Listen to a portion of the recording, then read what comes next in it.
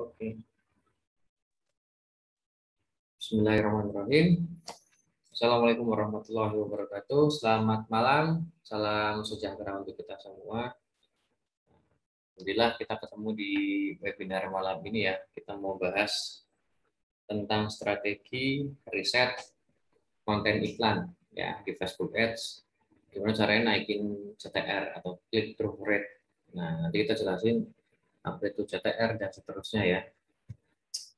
Sambil tunggu rame, mungkin teman-teman bisa share dulu nih, ya kenalan dulu nama, dari mana, terus sudah pakai Facebook Ads, mungkin udah berapa lama gitu. Share di chat aja ya. Ini di mute dulu ya.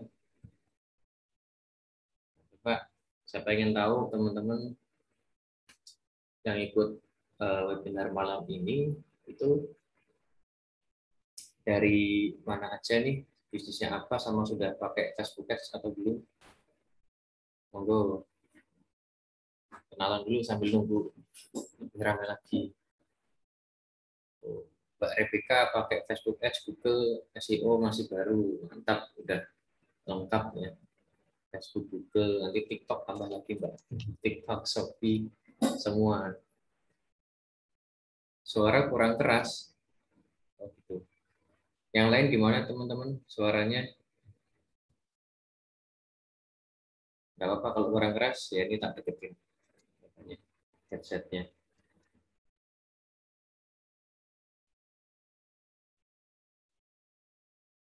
Oke. Kalau enggak tak lepas saja, nggak pakai headset juga.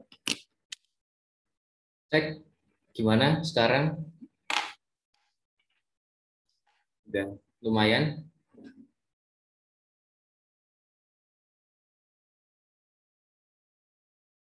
Udah nggak pakai headset ya?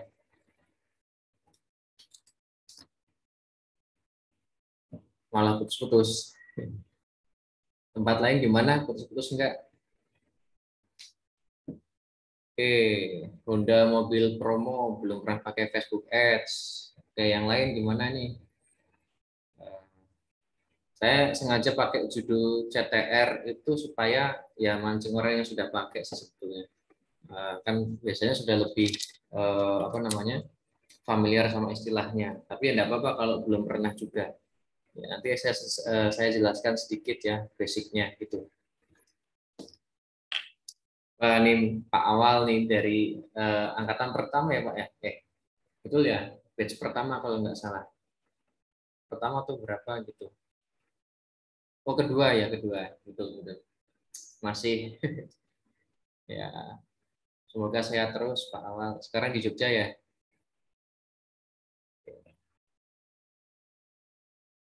Udah lama banget ya, tahun 2018. Sekarang udah 2021. Mas Fuad Hussein masih bingung settingan awalnya. Nah, oke. Ya kalau di sini sih memang nggak detail settingannya, tapi bahas riset nggak apa-apa. Tank killer, wah namanya ngeri. Pembunuh tank. Pengen belajar Facebook Ads, masih pemula. Oke, Mbak Arum nambah Google Ads juga. Wah mantap. Ini udah saya rekam kok, ini udah saya rekam.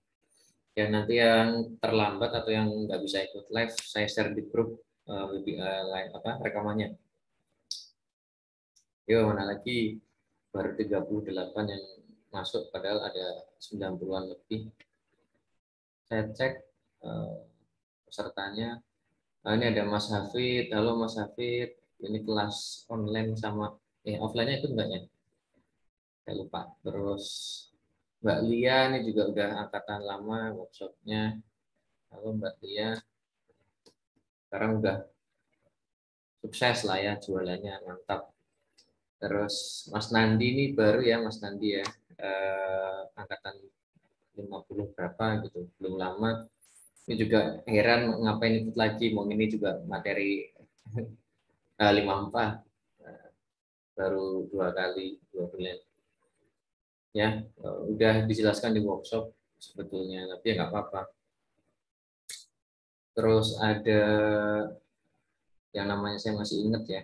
Nah itu aja sih, mungkin yang lain pakai nama yang nggak sesuai nama asli juga nggak, saya juga nggak tahu tadi ya. Jadi ya alhamdulillah juga ada beberapa alumni workshop saya ikut lagi. Ya nggak apa-apa, mungkin kangen sama saya. Oke, setelah webinar bisa konsultasi apa aja soal Facebook Ads. Ya monggo silakan tanya-tanya, nggak apa-apa. Nanti juga insya Allah akan ada webinar selanjutnya ya, tentang gratis juga, nanti beda tema, tetap Facebook Ads, cuma nanti mungkin sub temanya tuh beda lagi. Misalnya kan sekarang bahas riset konten, besok mungkin next webinar mungkin bahas targetingnya atau lain-lainnya gitu. Jadi stay aja di grup ya. Jadi ya pengen sharing-sharing aja gitu ya. Gitu. Wah, nanti itu CPP mahal, nanti kita lihat ya. Oke, udah lumayan ramai 40, udah mau jam 8, kita mulai aja materinya ya.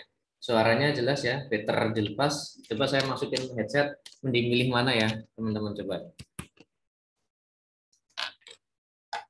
Nah, mending pakai headset atau lepas? Dari segi suara, mic saya ketinggalan di kantor, mic yang ini yang besar itu. Sama aja ya, ya udah pakai headset aja kalau sama aja. Tuh. Oke, kalau gitu kita mulai materinya. Udah 44 orang. Kita share screen.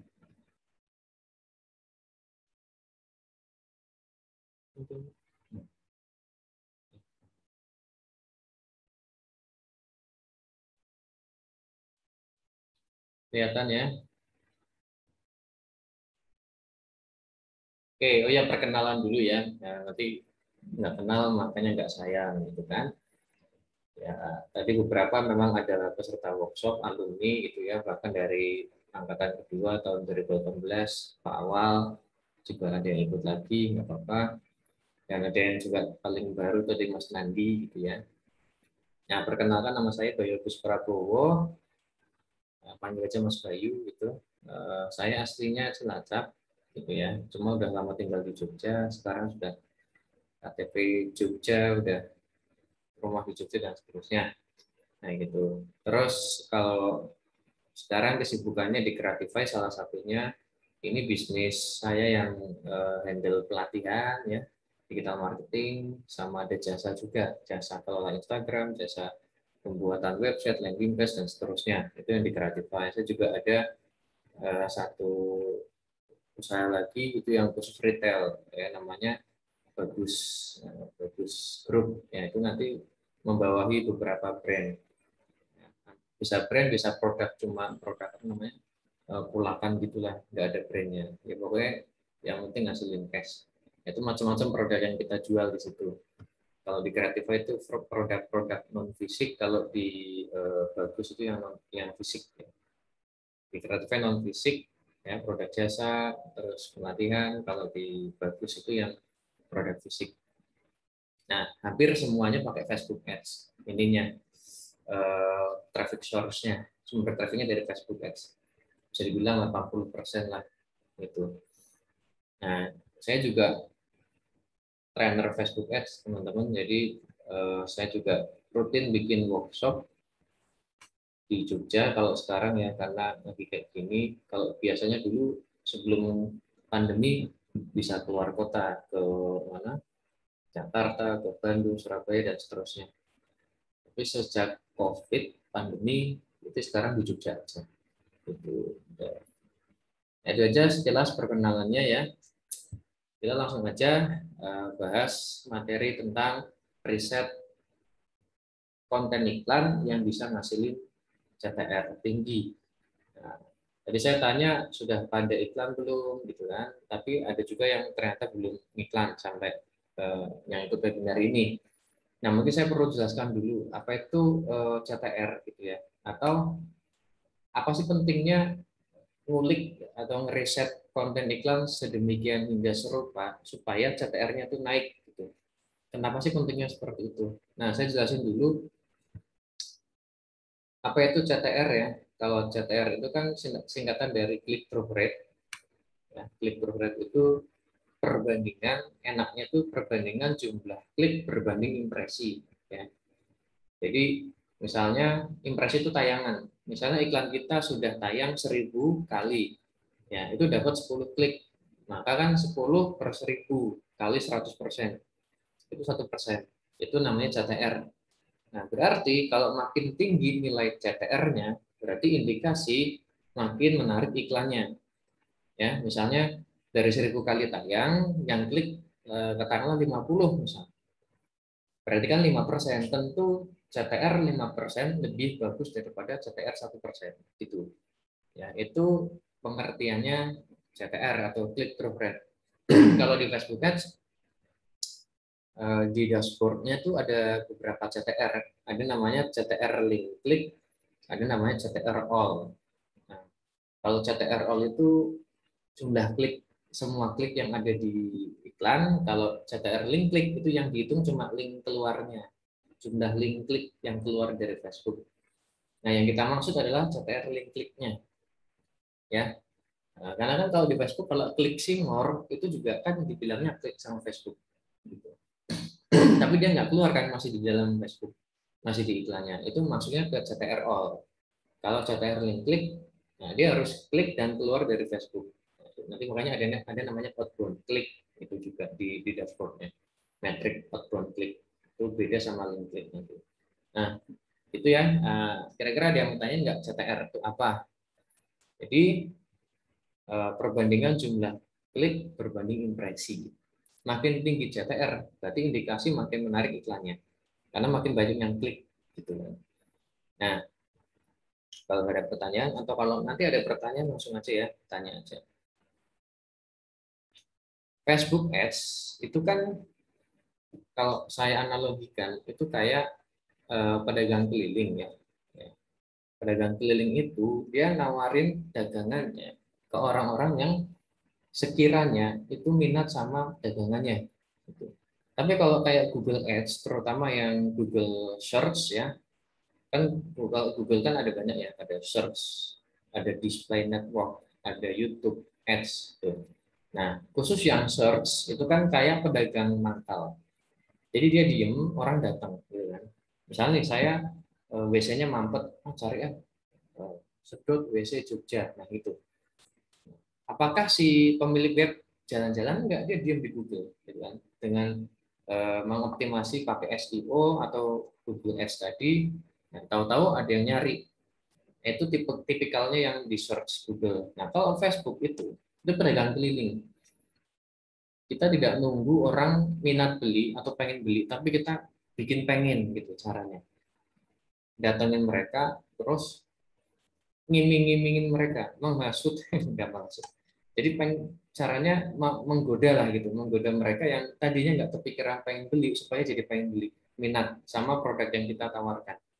Nah, itu tipikalnya Facebook Ads, ya pedagang keliling. Makanya ada 4 variabel yang menurut saya ya, itu 4 variabel yang paling berpengaruh nanti di hasil iklan. Pertama itu produk, ya produk atau jasa apa yang kita jual. Yang kedua targetingnya, iklannya itu ditargetin ke siapa. Ketiga visualnya, kualitas gambarnya, fotonya, videonya, visualnya itu kayak gimana, sama kualitas copywritingnya itu kayak gimana. Secara garis besarnya Facebook Ads itu menurut saya dipengaruhi 4 ini: produk, targeting, visual, copywriting. Pertama produk, ya tadi kalau kita jualan di Facebook Ads, pedagang keliling, kalau kita asal jualan, produknya nggak unik gitu ya, nggak punya something, nggak punya, tidak bikin tergoda bagi si audiens, tentu dia akan cepat di skip. Karena kan sejatinya orang main Facebook atau Instagram, ya bisa dibilang 80-90% itu nggak ada yang niatnya beli sesuatu. Ya, mereka niat masuk ke sosmed itu apa? Ya happy-happy aja kan, fun. Pasang status, like, comment, share temennya, ya, nonton video, game dan seterusnya. Jadi kalau ditawarin tiba-tiba ada nongol iklan, ceting gitu. Iklannya kok produknya biasa aja, misalnya jual jilbab, bahan katun. Apa yang terjadi? Lah, saya nggak pengen beli apa-apa, ditawarin produk yang biasa aja ya. Nanti susah laku. Makanya nanti kalau main di Facebook itu perlu riset produk. Ya, tapi saya nggak ngomong produk sih. Secara garis besar ya, kalau iklan di Facebook Ads itu pertama marginnya harus besar. Besar itu kalau saya patokannya minimal 50.000 per penjualan, bukan per barang ya, tapi per penjualan. Contohnya, misal saya jual bros, pernah jual bros jilbab, bros kan kecil-kecil ya, satunya kan nggak mungkin 50.000, harga jualnya aja nggak sampai segitu. Nah, caranya dibanding, jualnya nggak boleh satu, tapi 6 minimal. Nah, jadi tercapai 50.000-nya. Itu syarat minimal marginnya 50.000. Lebih ideal lagi kalau marginnya itu separuh harga jualnya. Jadi misalnya saya pulakan 50.000 nih barang di marketplace atau impor atau apalah itu 50.000, maka kalau saya jual 100.000 berarti kan untung saya 50.000. Nah, untung 50.000 harga jual 100.000 itu kan 50%-nya. Nah, itu ideal banget ya, udah dapat untung minimal 50.000 sama minimal 50% dari harga jual atau dua kalinya HPP. Itu secara umum seperti itu, dan harus punya keunikan ya, punya USP, unique selling proposition. Kalau yang di workshop saya mungkin masih ingat ya, ini yang sudah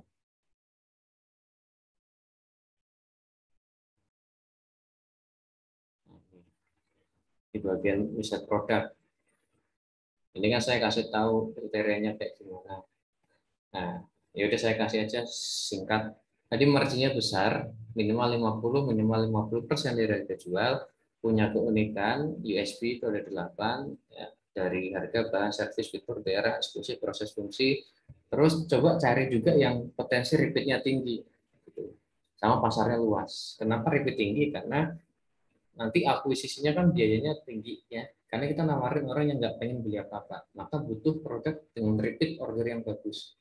Supaya pembelian kedua, ketiga, keempat, dan seterusnya itu nggak ada biaya akuisisi, nggak ada biaya iklan. Gitu. Terus jangan lupa divalidasi dulu produknya.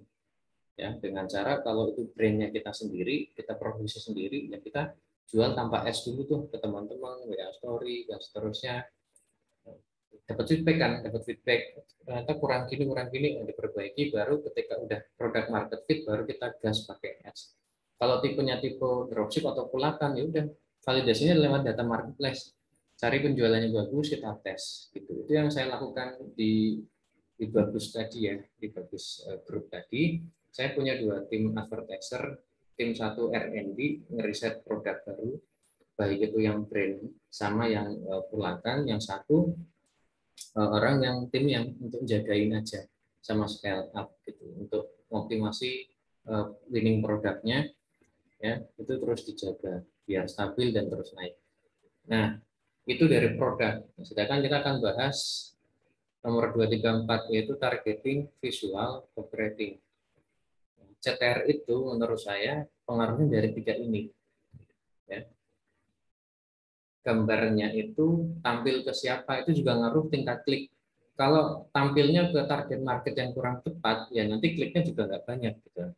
Sama copywritingnya juga, headline misalnya, headline sama isi iklannya gitu ya. Tapi menurut saya kalau di bagian iklan itu ya, yang paling banyak pengaruhnya di visual. Semuanya ngaruh, cuma saya mau kasih cara riset visualnya, riset tampilan iklannya. Sebelum itu mungkin saya akan kasih contoh. Hmm,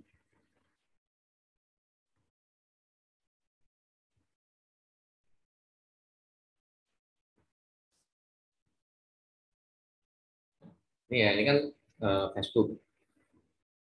Nah, ini kan ada iklan nih, sponsor ya. Ini kalau lewat desktop. Kalau lewat HP ya sama, tapi kan tampilannya lebih ramping. Nah, yang dimaksud dengan copywriting ya ini copywritingnya. Terus visual tuh yang paling besar ini visual.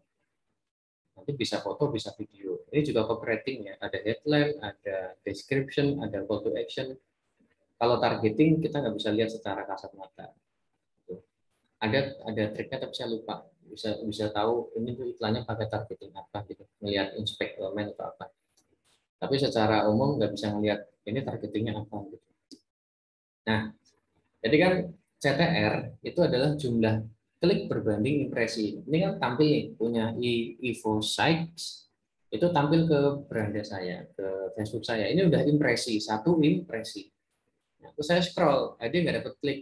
Nah, terus nanti atau besok pagi nongol lagi dia, nongol lagi. Info saya nongol lagi satu kali. Berarti impresinya dua. Tapi reach-nya satu. Reach itu jangkauan orangnya. Kan saya orangnya sama. Jadi bedanya reach sama impression itu. Kalau reach itu jumlah orangnya, kalau impression jumlah tayangannya. Nah, nanti besok lagi tampil lagi 3 kali impresi, tetap reach-nya satu. Baru di impresi ketiga, saya penasaran, akhirnya saya klik. Nah, ini namanya link klik, gitu ya, outbound klik. Nah, makanya tadi semakin banyak yang klik dari 1000 impresi, itu makin berarti iklannya makin menarik dari sisi copywriting dan visual. Tapi bisa dilihat teman-teman, kalau kita lihat postingan, ya scroll, yang urutan pertama dilihat apa dulu? Visual kan? Karena dia paling gede tuh, segini tuh. Lihat visualnya dulu, ya. Kalau minat dia akan lihat teksnya, gitu kan? Ya ini perbandingannya ini cuma katakanlah berapa baris, ini sekian senti gitu. Kita cek lagi iklan selanjutnya. Kebayang ya, yang pernah lihat iklan Facebook Ads. Nah ini sponsor lagi. Kita lihat gedean mana antara visual sama copywriting. Tetap visual dulu. Tuh, ini warnanya merah menyolok gitu ya. Warna Facebook kan biru, putih ya, putih abu-abu kayak gini. Nah, dikasih warna merah itu kan langsung mancing perhatian mata. Minimal dia ngelirik apa sih ini, kok ngejreng banget. Nah, itu salah satu tipsnya ya, supaya iklannya tuh bikin namanya efek stop scroll. Jadi fungsinya iklan menurut saya ya, iklan kan ini ya. Iklan tuh fungsinya adalah kalau di Facebook IG ya, bikin orang berhenti scroll dari aktivitas dia main sosmed, dia scroll scroll terus dia berhenti gini, berhenti sejenak ya ngelihat apa sih ini, warnanya nyetar gitu kan, terus headline-nya juga diskon langsung segala macam. Nah, terus penasaran baca selanjutnya misalnya kalau panjang dan akhirnya klik, dah selesai tugas iklan. Jadi tugas iklan menurut saya adalah mancing orang berhenti scrolling, baca dan akhirnya klik kemana, ke landing page. Itu tugas iklan sudah selesai. Nah, barulah tugasnya si landing page ini isinya ya dengan copywriting, dengan visual yang bagus, layout yang menarik. Itu tujuannya adalah tugasnya adalah narik orang ke dalam WhatsApp. Kalau saya misalnya pakai CS kan ke WhatsApp. Narik orang ke bisnis kita entah lewat WhatsApp, entah phone, entah email segala macam. Jadi bagi-bagi tugas. Iklan tuh narik orang yang dari sosmed untuk masuk ke webnya atau landing page-nya itu fungsinya adalah untuk masukin orang ke bisnis kita. Nah, nanti setelah masuk ke bisnis kita, kalau pakai CS, tugas CS adalah ngolah leads-nya itu jadi pembeli. Nah, itu kurang lebih secara umum seperti itu bisnis prosesnya. Ya. Jadi iklan tugasnya adalah bikin stop scroll, penasaran, akhirnya klik pengen tahu lebih lanjut di landing page. Landing page kasih info yang menarik, yang bagus, yang bikin orang suka dan trust, akhirnya dia coba klik WhatsApp-nya gini. Nah, bayang ya. Nah, nanti sampai CS, sampai HPCS gini, kan, hey, hosting web ID, nah tadi kan dihubungi sama CS dilayani.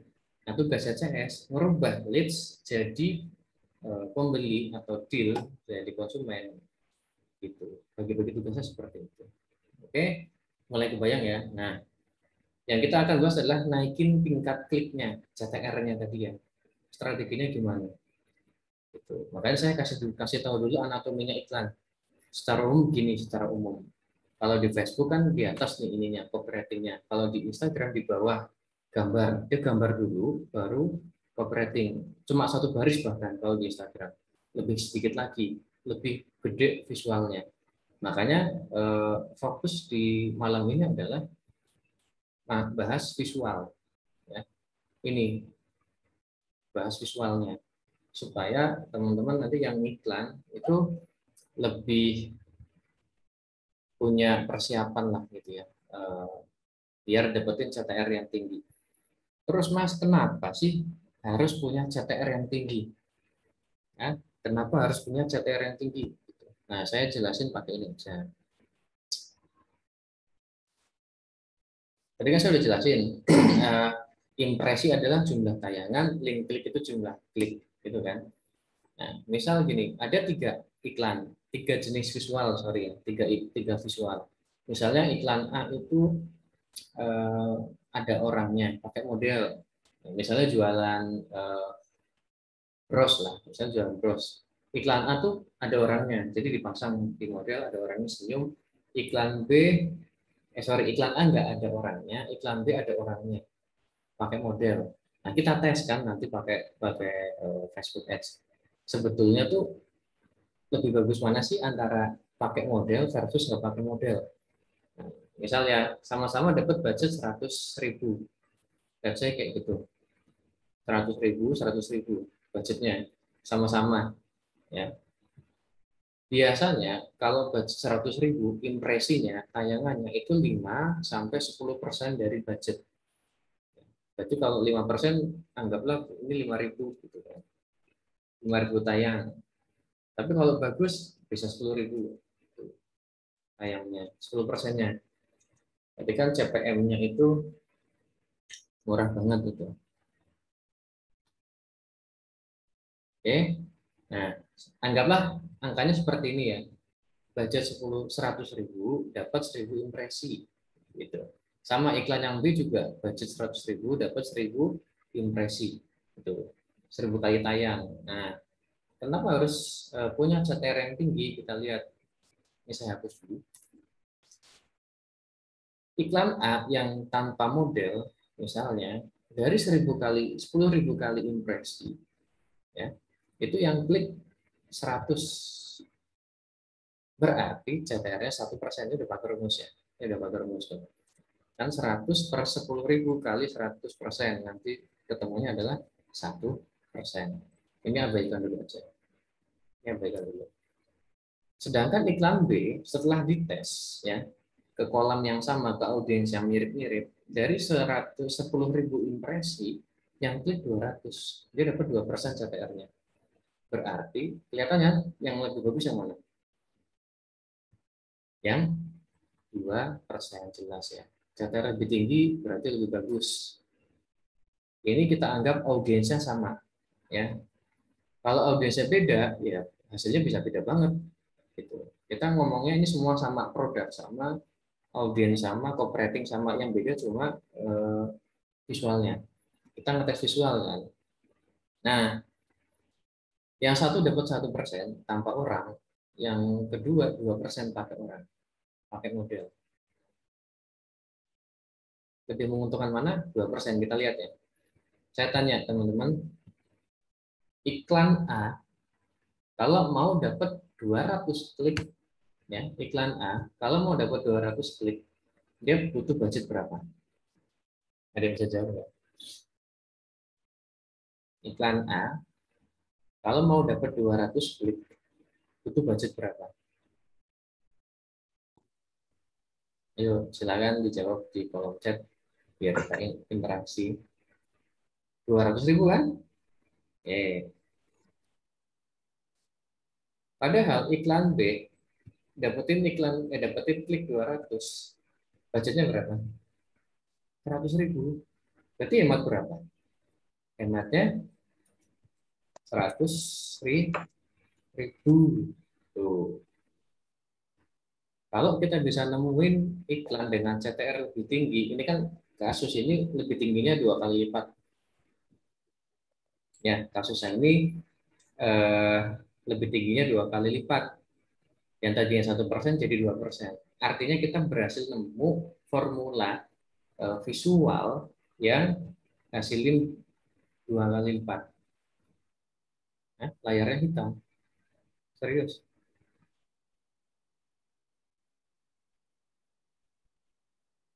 Oh. Ada kan? Aman kan suara gambar ya? Aman. Ya, mungkin Mas Antonio cek ya. Nah, mungkin belum join. Itu ya teman-teman, kebayang hematnya 100.000 hematnya itu. Bayangkan. Cuma nemuin eh, formula, nemuin ngeriset, ngetes ya, split testing, kok nemuin iklan visual yang ngasilin CTR 2 kali lipat. Kalau konteksnya di sini hematnya 100.000 loh teman-teman. Itu kalau cuma iklan sehari, itu kalau cuma iklan, satu campaign misalnya. Coba kalau sehari itu teman-teman iklannya 10 campaign, ya iklan selama sebulan penuh, berarti hemat berapa? Hitung sendiri. Ya, sehari aja udah hemat 100.000 kali 10. Daripada kalau teman-teman iklankan yang kualitas ini, maksud saya gitu. Ya, misalnya nih, advertiser A iklankan pakai kualitas 1%, ya, budgetnya segini. Advertiser B iklannya B, dapat 2%. Iklan B itu hemat separuhnya gitu.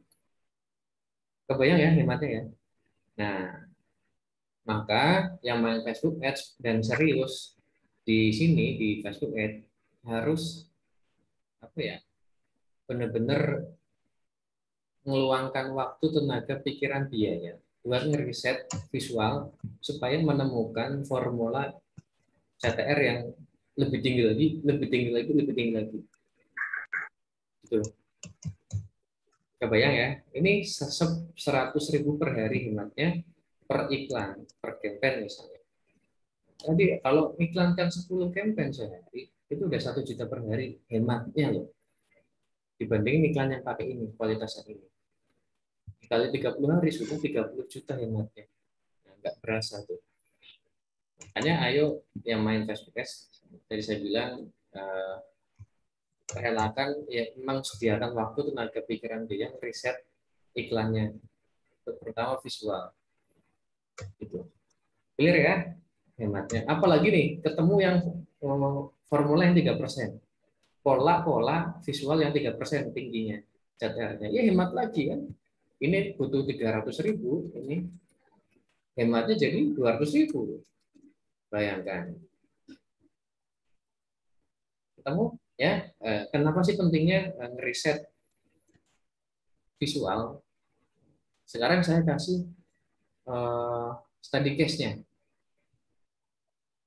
Salah satu produk ini pasti saya kasih di workshop karena yang masih lengkap datanya. Sebenarnya saya udah ngetes banyak banget beberapa jenis produk ya, melakukan riset. Tahapannya mirip-mirip, cuma ini yang masih ada di laptop filenya, karena kalau udah semakin ke sini saya udah semakin jarang teknis ya. Maksudnya tim saya yang akan riset, saya cuma ngasih arahan. Nah, contoh jualan bros ya. Waktu dulu awal jualan bros, kan saya nggak tahu sebenarnya tuh eh, setting audio itu yang sebelah kiri ya. Itu teman-teman bisa dibantu Mas Antonio. Sebetulnya tuh saya belum tahu, namanya juga baru jualan bros ya. Formula visual seperti apa yang bisa ngasilin klik bagus gitu kan. Ya. Maka saya tes. Tuh. Tahap pertama saya tes aja nih, misalnya fotonya tanpa model, ini kan tanpa model ya, cuma barang begini doang, versus pakai model. Gitu. Misalnya ini, saya tes tanpa model versus pakai model. Gitu. Saya pengen tahu nanti secara umum audiens saya di produk ini itu senangnya yang mana sih, tipe tipe visualnya, tipe kontennya. Nah, saya tes berkali-kali, berhari-hari gitu kan. Budgetnya juga nggak sedikit. Jadi kalau ngetes kayak gini nyari pola, ya samplingnya jangan dikit-dikit gitu kan. Kayak penelitian skripsi lah gitu. Masa meneliti antara variabel A versus variabel B, samplingnya kan harus cukup gitu kan. Baik segi waktu, kalau ini kan waktu, biaya, impresi, reach. Nah, setelah dites berkali-kali, ya, kalau yang ikut workshop saya sudah tahu jawabannya. Kira-kira kecenderungannya lebih bagus mana CTR-nya? Apakah yang tanpa model atau pakai model? Coba dijawab. Ini Mas Billy nanya, lebih baik gambar daripada video. Nah, itu beda lagi. Nanti, ini kan lagi ngetes gambar. Saya pengen tahu gambar kayak gimana. Gitu. Bagusan mana? Kecenderungan ya, bukan selalu. Jadi misal gini, total seminggu saya ngetes let's say 10 campaign ya, misal gitu. Dari 10 campaign itu 7 campaign yang menang si A, 3 campaign yang menang si B. Itu bisa terjadi kayak gitu. Bahkan 8A 2 campaign B, bahkan 9A 1 campaign B, bahkan bisa 10-10-nya A yang menang, B yang kalah. Pokoknya cari pola lah gitu. Bayang ya. Nah, ini pada jawab pakai model, pakai model, pakai model. Yang lain, kalau video sama gambar bagus mana? Saya nggak tahu Mas Bi, dites aja. Tapi secara umum, ini saya bilang secara umum ya, video lebih bagus. Secara umum, asalkan kualitasnya juga terjaga. Gitu. Nanti saya jelasin. Model harus endorse, nggak harus. Ini kan cuma mahasiswa freelance gitu, seneng foto, diajak foto. Gitu. Nah, itu ya. Nah, setelah saya tes berkali-kali, ternyata yang menang kecenderungannya waktu itu yang pakai model. Gitu. Oke, saya jadi tahu kan. Terus bilang ke tim waktu itu, oke ya, besok selanjutnya kalau iklan banyakin pakai model. Banyakin artinya banyakin itu berarti dominan, bukan semuanya pakai model. Kayak gitu. Karena tetap perlu situasi tertentu ya buat variasi itu foto-foto iklan yang tanpa model misalnya. Misalnya dominan tuh ya bisa 80-20, 90-10%, bahkan 95-5%, tapi dominan. Gitu. Durasi video berapa sebaiknya? Nanti saya bahas ya. Terus, oke, itu formula pertama kan, berarti iklannya pakai, visualnya pakai orang. Maka saya akan penasaran lagi, saya mau cari formula selanjutnya adalah model yang kayak gimana yang lebih menarik bagi audiens saya. Model yang bentuknya seperti apa, profilnya seperti apa, maka saya sediain 4 model. Ini 1, ya, 2, 3, 4.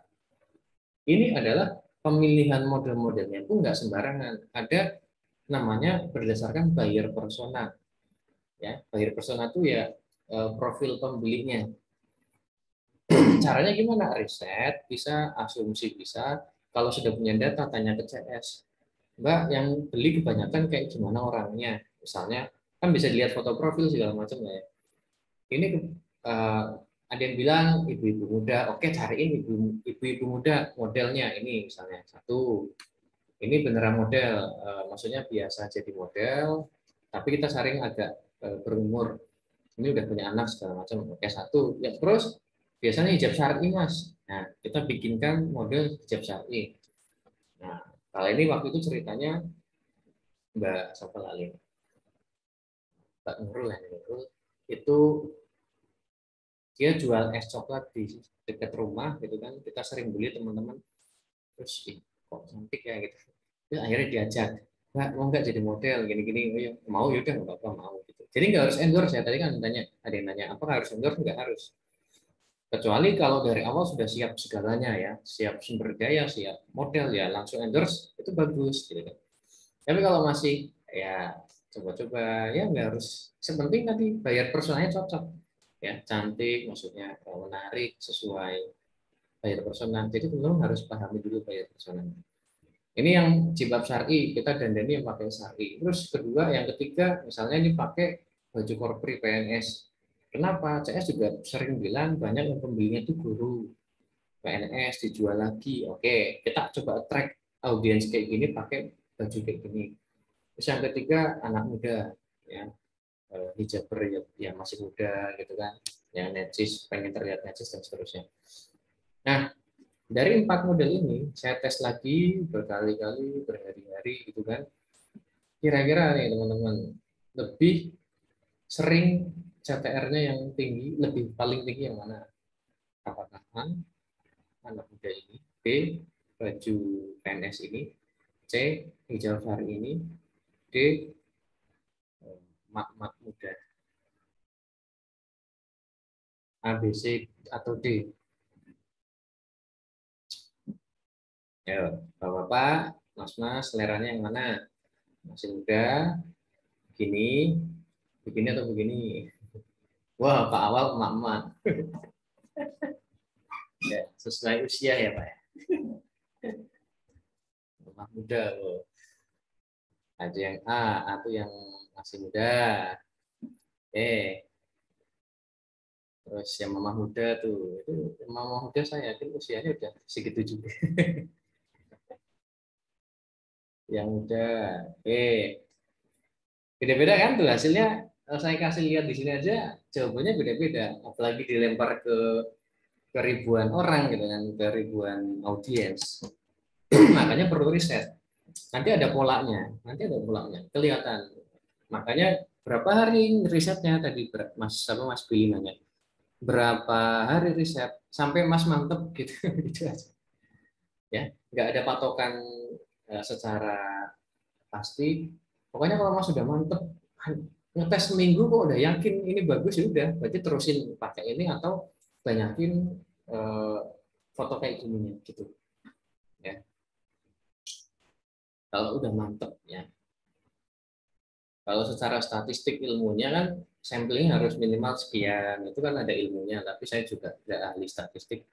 Ya pokoknya nek wis mantep, ini pola banget nih, udah berpola nih. Seminggu kok ini terus yang muncul ya. Ya udah ini aja berarti. Oh, sabar Mas Indar, sabar ya. Jadi yang mana? Yang lain nih ada yang janda. Nah, setelah saya tes gitu ya, berkali-kali berhari-hari waktu itu, yang lebih sering nongol jadi juara di bagian CTR-nya adalah yang yang penasaran ya. Yang ini, anak muda ini. Jadi yang merepresentasikan apa? Anak muda, hijab, cantik gitu. Ya, kalau saya ya manut data gitu, nggak boleh protes. Terus tiba-tiba Pak Awang, loh kok itu saya pokoknya suka yang emak-emak tadi gitu ya. Nah, yang mau beli siapa gitu kan? Yang mau ngeklik itu siapa? Tapi sekali lagi tadi, eh, ketika pun kita udah tahu yang bagus modelnya begini, bukan berarti nggak akan menyediakan model yang lain gitu, paham ya? Tapi dibanyakin gitu, buat variasi juga kan. Pembeli kita nggak kayak gini semua. Nah, kurang lebih kayak gitu. Nah, terus habis ini, berarti kan saya udah dapat 2 formula, pakai orang fotonya dan modelnya begini nih, cantik, muda. Oke, ya udah berarti next kalau saya mau sesi foto nyari yang kayak gini-gini sama dandannya kayak gini. Maka yang mbak-mbak yang tadi, yang ini, itu saya cuma rubah tampilannya aja. Itu nggak pakai PNS lagi, tapi lebih anak muda. Yang ini juga saya rubah tampilannya, kecuali yang ini memang ya memang bawahnya sudah kelihatan ya. Saya cari lagi model yang lain. Endorse atau apa paid promote juga nargetin orang-orang yang akun IG misalnya, ya orangnya tuh muda, bukan yang mak-mak gitu. Endorse-nya ke situ. Bayang ya, dari data-data kayak tadi bisa membantu mengambil keputusan action kalau marketing selanjutnya apa. Terus saya tes lagi, apa ya saya tes ya? Oke, coba tes warna. Nah, pakai Mbak yang ini tadi, ya, Mbak sebut jenengan tadi. Kita tes warnanya suka apa sih audiens kita. Oke, ya, Mbaknya sama, pose sama, produknya sama, copywriting sama, yang beda warna background. Nah, tes beberapa warna gini, gini, gini, gini, gini, gini. Lagi-lagi dites berkali-kali, berhari-hari. Nah, ayo tebak-tebakan lagi. Pilih warna yang mana? Yang menurut teman-teman audiensnya si Bros ini lebih sering menang. Apakah ungu, orange, biru, pastel ini hijau kayak gini, biru tua, ya, pink, atau merah pastel. Coba orange, orange, biru, merah. Terus lagi.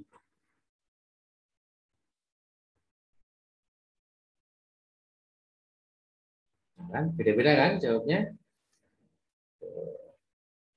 Tapi ada pola. Nanti kalau dikumpulin jawabannya sekian ribu orang nanti akan berpola. Terutama yang marketnya pas. Kan ini ada bapak-bapak, ada mas-mas, kan nggak cocok ya. Maksudnya bukan marketnya ini, mungkin ya seleranya juga lain. Tapi kalau yang nonton, yang jawab itu target market yang pas semua, nanti ada polanya. Nah, saya jawabannya langsung. Yang menang waktu itu, seingat saya, adalah yang ini. Orange Shopee, ya tadi ada yang bilang Orange Shopee. Seperti itu. Street. Ya, itu yang menang. Ini sebelum ada Shopee ya. Jadi ya mungkin pas ya Shopee milih warna ini karena marketnya kan banyak kan emak-emak atau wanita gitu kan. Nah, terus eh, apalagi yang dites biasa karepmu gitu. Pokoknya sampai ketemu CTR yang lebih tinggi lagi. Misalnya udah pakai formula ini udah stabil terus rata-rata 2%. Berarti saya harus ngulik lagi gimana caranya naik jadi 3%. Nanti udah ketemu formula 3%, ngulik lagi 4% atau udahlah 4% udah cukup misalnya. Gitu. Nah, apa yang saya lakukan waktu ini? Waktu itu endorse. Saya coba naikin kualitasnya pakai endorse. Mulai dari yang murah-murah dulu, tes ya. Efek nggak? Oh, efek. Baru berani yang agak mahal, mahal, mahal. Kalau brand sendiri tuh nggak eman-eman, karena kan itu kayak mupuk ya, mupuk tanaman. Kalau endorse itu kalau ke brand sendiri, itu kayak mupuk. Jadi kalau semakin dipupuk, asalkan benar pupuknya ya, jangan kayak nanam padi pupuknya pupuk buat sawit, ya nggak cocok ya. Makanya milih endorse juga harus riset buyer data, lihat buyer personanya, followernya pas apa enggak, dikasih postingan kayak punya kita ini gitu. Ya kalau ekstrimnya, kalau jualan bros gini kan nggak mungkin saya endorse sama Nikita Mirzani gitu ya. Dia kan artis mas terkenal, follower banyak, ya banyak. Tapi followernya siapa? Ternyata dicek followernya mas-mas om ya nggak masuk gitu. Paham ya? Itu secara ekstrim kayak gitu. Jadi endorse pun nggak sembarangan. Lihat eh, followernya yang dia punya itu cocok nggak sama market kita. Itu patokan pertamanya sih. Nah, secara umum kalau pakai foto artis atau orang-orang yang punya authority, orang-orang yang sudah punya nama, secara umum asalkan target marketnya pas, itu biasanya CTR-nya tinggi. Yang pernah saya alami selama ini ya. Nah, terus saya balikin lagi ke mindset yang tadi. Influencer murah, gimana bisa riset followernya mas? Sekarangnya pakai fake follower. Ya kan bisa dihitung engagement rate namanya mas. Engagement rate pakai tools social blade atau apa segala macam. Kita bikin standar nih. Kita kasih tim, Mbak, riset ya calon endorse, calon influencer. Nah, dikasih minimal follower sekian, minimal engagement rate sekian, ya gitu. Postingan 10 postingan terakhir minimal, nah yang like sekian dari dan seterusnya. Jadi enggak, fake itu gampang. Kalau misalnya dia punya follower 1 juta, tapi kebanyakan fake, pasti engagement rate-nya jelek. Kita punya standar-standarnya. Cek 10 postingan terakhirnya gimana, cek dia pernah endorse apa enggak sebelumnya. Nah, kalau dia pernah endorse, cek hasil endorse-nya gimana, respon audiensnya. Kalau waktu dia endorse suatu produk, yang komen kok nggak jelas nggak jelas, walaupun follower banyak, berarti saya ganti cari yang engagement followernya itu bagus, bahkan sampai ke postingan produk pun bagus. Nah itu yang saya cari, gitu ya. Jadi nggak asal follower banyak juga. Lihat sampai ke level postingan produk aja si followernya tuh engage banget, ini berarti bagus nih kualitasnya, gitu ya. Nah terus tadi endorse kan berbiaya mas, iya betul. Tadi misalnya saya ngendorse artis atau selebgram A, harganya 5 juta, let's say kayak gitu ya, 5 juta, asalkan hasilnya kayak tadi, masih inget ya yang ini misal ya, saya sekarang levelnya CTR satu setengah aja lah, 1,5%, jadi kliknya itu 150. Ini karena dibulatkan, saya bulat. Nah, anggaplah posisi saya ini sekarang udah ngeriset, berhasil nemuin formula yang dapetin 1,5% secara stabil CTR-nya. Kan saya pengen naikin kan, tadi saya bilang, oke lah tak coba tes lah, endorse. Oke siapa nih target, udah di riset, coba sini 5 juta mas. Tim saya bilang gitu 5 juta, tapi yakin nggak followernya bagus, engagement rate-nya bagus, kalau dia posting endorse tuh tetap tetap bagus juga segala macam, yakin udah ya Bismillah 5 juta. Saya juga cek, oh, cocok. Misalnya di browse tadi, browse saya endorse misalnya artis hijab atau selebgram hijab yang rame lah di timelinenya gitu. Oke saya endorse 5 juta, let's say gitu lah, 5 juta. Kita lihat ya pakai mindset yang ini. Kalau saya nggak endorse, misalnya saya mentok di 1,5%, misal, ya, anggaplah gitu. Tapi kalau saya endorse berhasil jadi 2%, naik CTR-nya. Maka saya hemat berapa tadi? Sama kan? Kalau si iklan A mau dapetin 200 klik, maka dia butuh tambahan berapa nih budgetnya berarti lebih ini, lebih angkanya nggak bulat. Anggaplah jadi 100, 100 berapa ya? Naiknya 50 itu 25%, berarti 125. Sorry. Ini nih, sorry, 125.000, dia dapat 12.500 reach, tipnya 200. Apakah 1,5 2%? Nah ya segini, kebayang ya. Nah untuk dapetin 200 klik itu,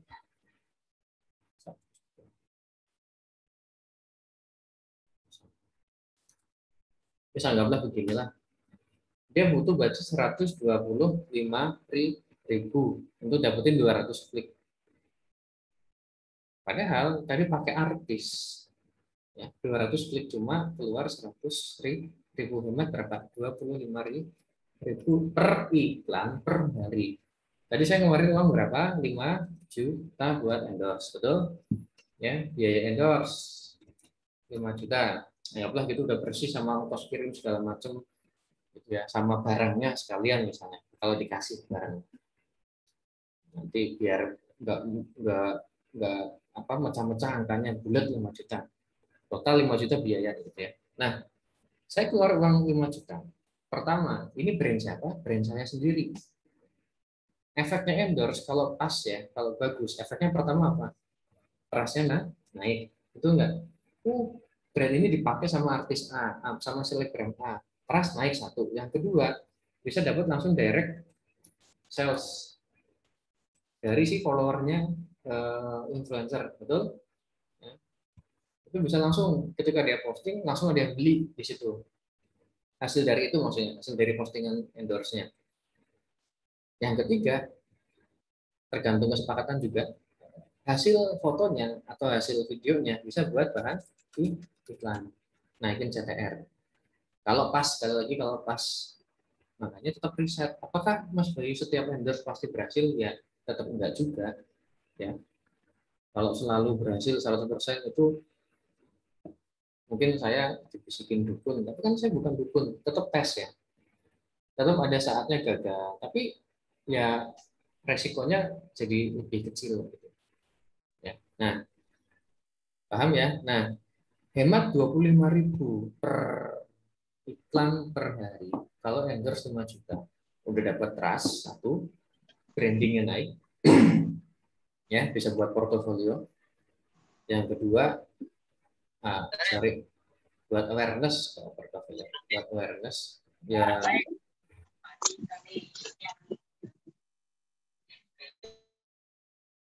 Oke. Yang kedua, efeknya bisa langsung direct sales dari hasil postingan endorse-nya, orang beli. Nah, kadang-kadang di fase direct sales ini kita udah untung loh. Bisa langsung untung, misalnya modal 5 juta, profitnya 5 juta atau 6 juta. Hasil total dari sini. Diukurnya gimana, Mas? Ya, bener-bener caranya lah. Misalnya nomornya dibedain, IG-nya dipisah, atau apa, nomor IG-nya dikhususin dulu, dan seterusnya. Ini keukur kok. Terus bisa tambah lagi, tambah follower. Ya kan? Nanti kalau ada orang lihat postingan kita, kepo ke IG kita, IG-nya kok bagus, dia akan follow. Nah, walaupun belum beli hari itu, kan bisa terus di follow up nanti pakai postingan dan segala macam. Followernya nambah, banyak sebenarnya efeknya. Yang terakhir tadi apa? Bahan iklan. Nah ini bahan iklan naikin rate CTR-nya dari 1,5 jadi 2. Kita hemat setiap iklan 25.000 per iklan per hari. Gak usah banyak-banyak lah. Sehari iklan 5 dulu lah. 5 campaign. Hematnya berapa? 125.000 per hari. Ya, 125.000 per hari dikali 30 berapa tuh? Hematnya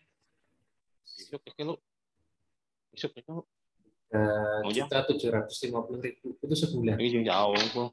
3.150.000 hematnya sebulan. Kalau kita berhasil endorse naikin 1,5 jadi 2% aja. Padahal kita uang keluar 5 juta. Tadi udah hemat sebulan 3.750. Belum tambah ini. Ini nilainya susah diukur. Awareness susah diukur pakai uang. Dapat ini juga, dapat ini juga. Oke? Itu mindset. Kadang orang tuh pemilik brand ya maksudnya.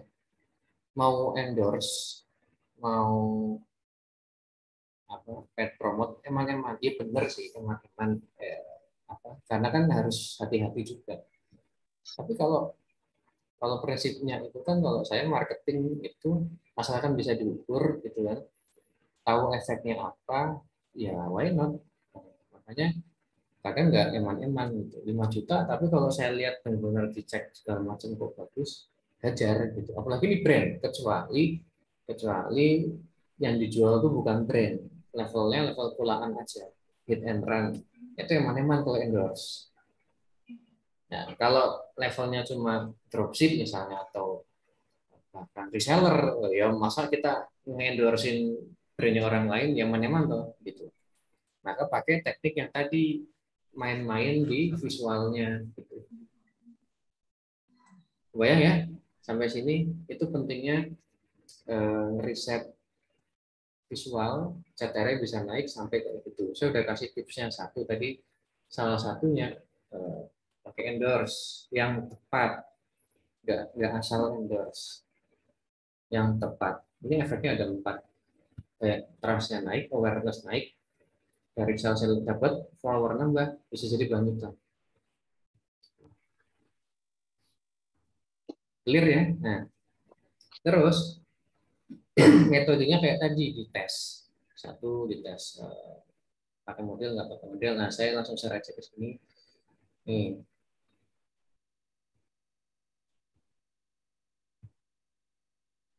apa aja yang bisa dites di bagian visual, di materi iklan. Itu kan ada namanya ads copy, ada namanya ads visual.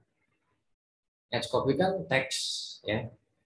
Yang tadi itu kalau di iklan bagian teksnya, copywriting segala macam, headline, description, call to action itu ads copy. Ads visual itu tampilannya. Ads copy itu saya bagi bisa isinya hard selling, bisa soft selling atau storytelling. Nah, nanti teman-teman waktu ngetes iklan sesekali atau kalau di awal belum punya insight, coba kasih porsi yang imbang antara hard selling sama soft selling. Kalau soft selling kan kayak storytelling gitu lah. Kalau storytelling itu contohnya ya kayak cerita, misalnya eh, kalau herbal misalnya ya, perkenalkan saya ibu ini. Kayak itu loh, siapa? Klinik Tongfang kan cerita itu, storytelling. Satu lagi hard selling. Hard selling itu nanti variasinya kadang pendek, kadang panjang. Contohnya seperti apa?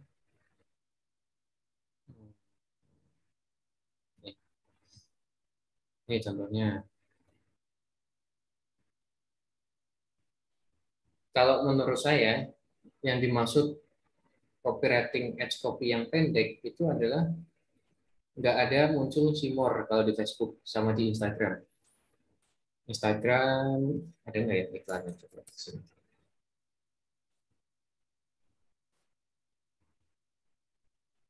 Coba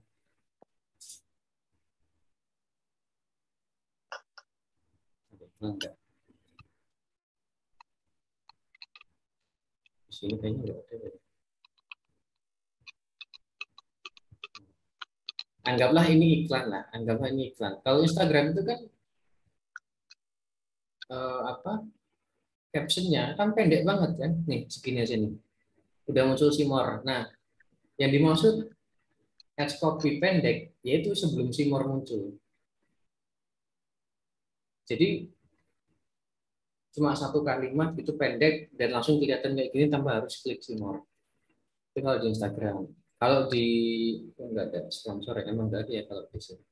Kalau di Facebook itu 3 baris biasanya, lebih panjang. Sebelum simor muncul itu 3 baris. Nah, nah ini nih ada nggak simor ini? Coba tak scroll ke bawah, kasih contoh lagi. Tapi kebayang ya maksudnya ya. Kalau pendek pokoknya simornya itu nggak ada. Itu kalau pendek, kalau panjang ada simornya. Teman-teman variasikan apa copywritingnya ya kadang panjang kadang pendek. Kita nggak pernah tahu loh. Kadang malah orang senang yang pendek, marketnya maksudnya. Kadang marketnya malah senang yang pendek, singkat, padat, jelas. Nggak usah kebanyakan bla bla bla. Ini panjang apa pendek? Ini contoh ads copy panjang atau pendek? Panjang. Enggak, ada simor. Ya. Walaupun ketutupan sedikit, tapi udah ada simor. Terus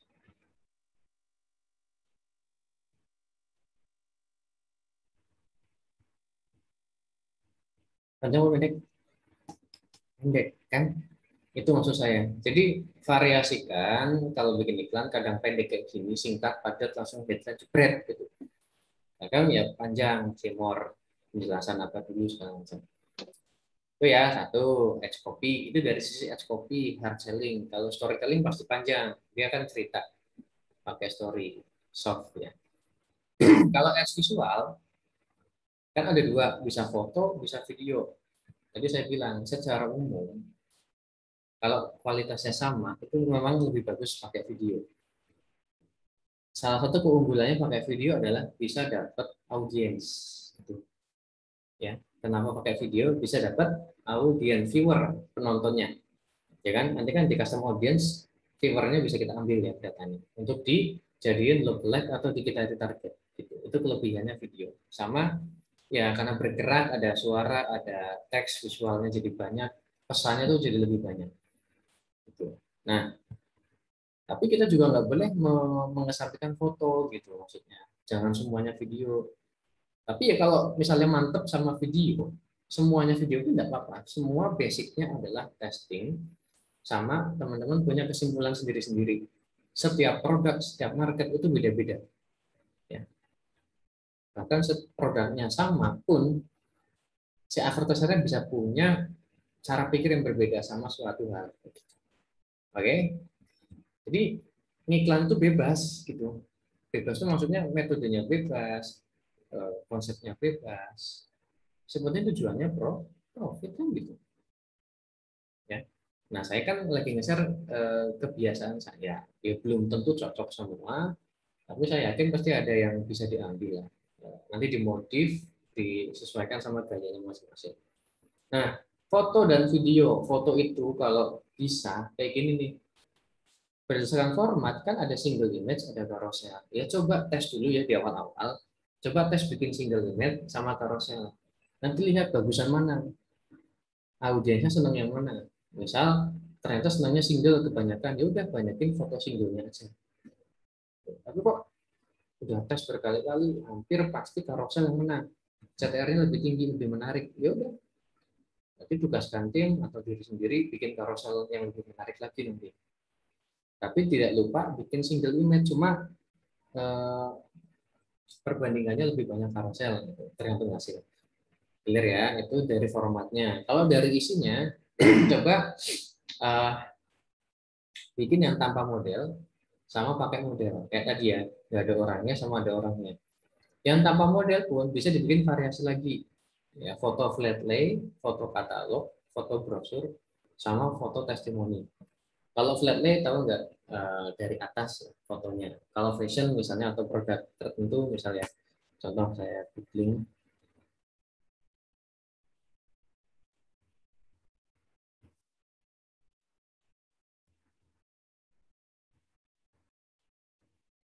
Ya, misalnya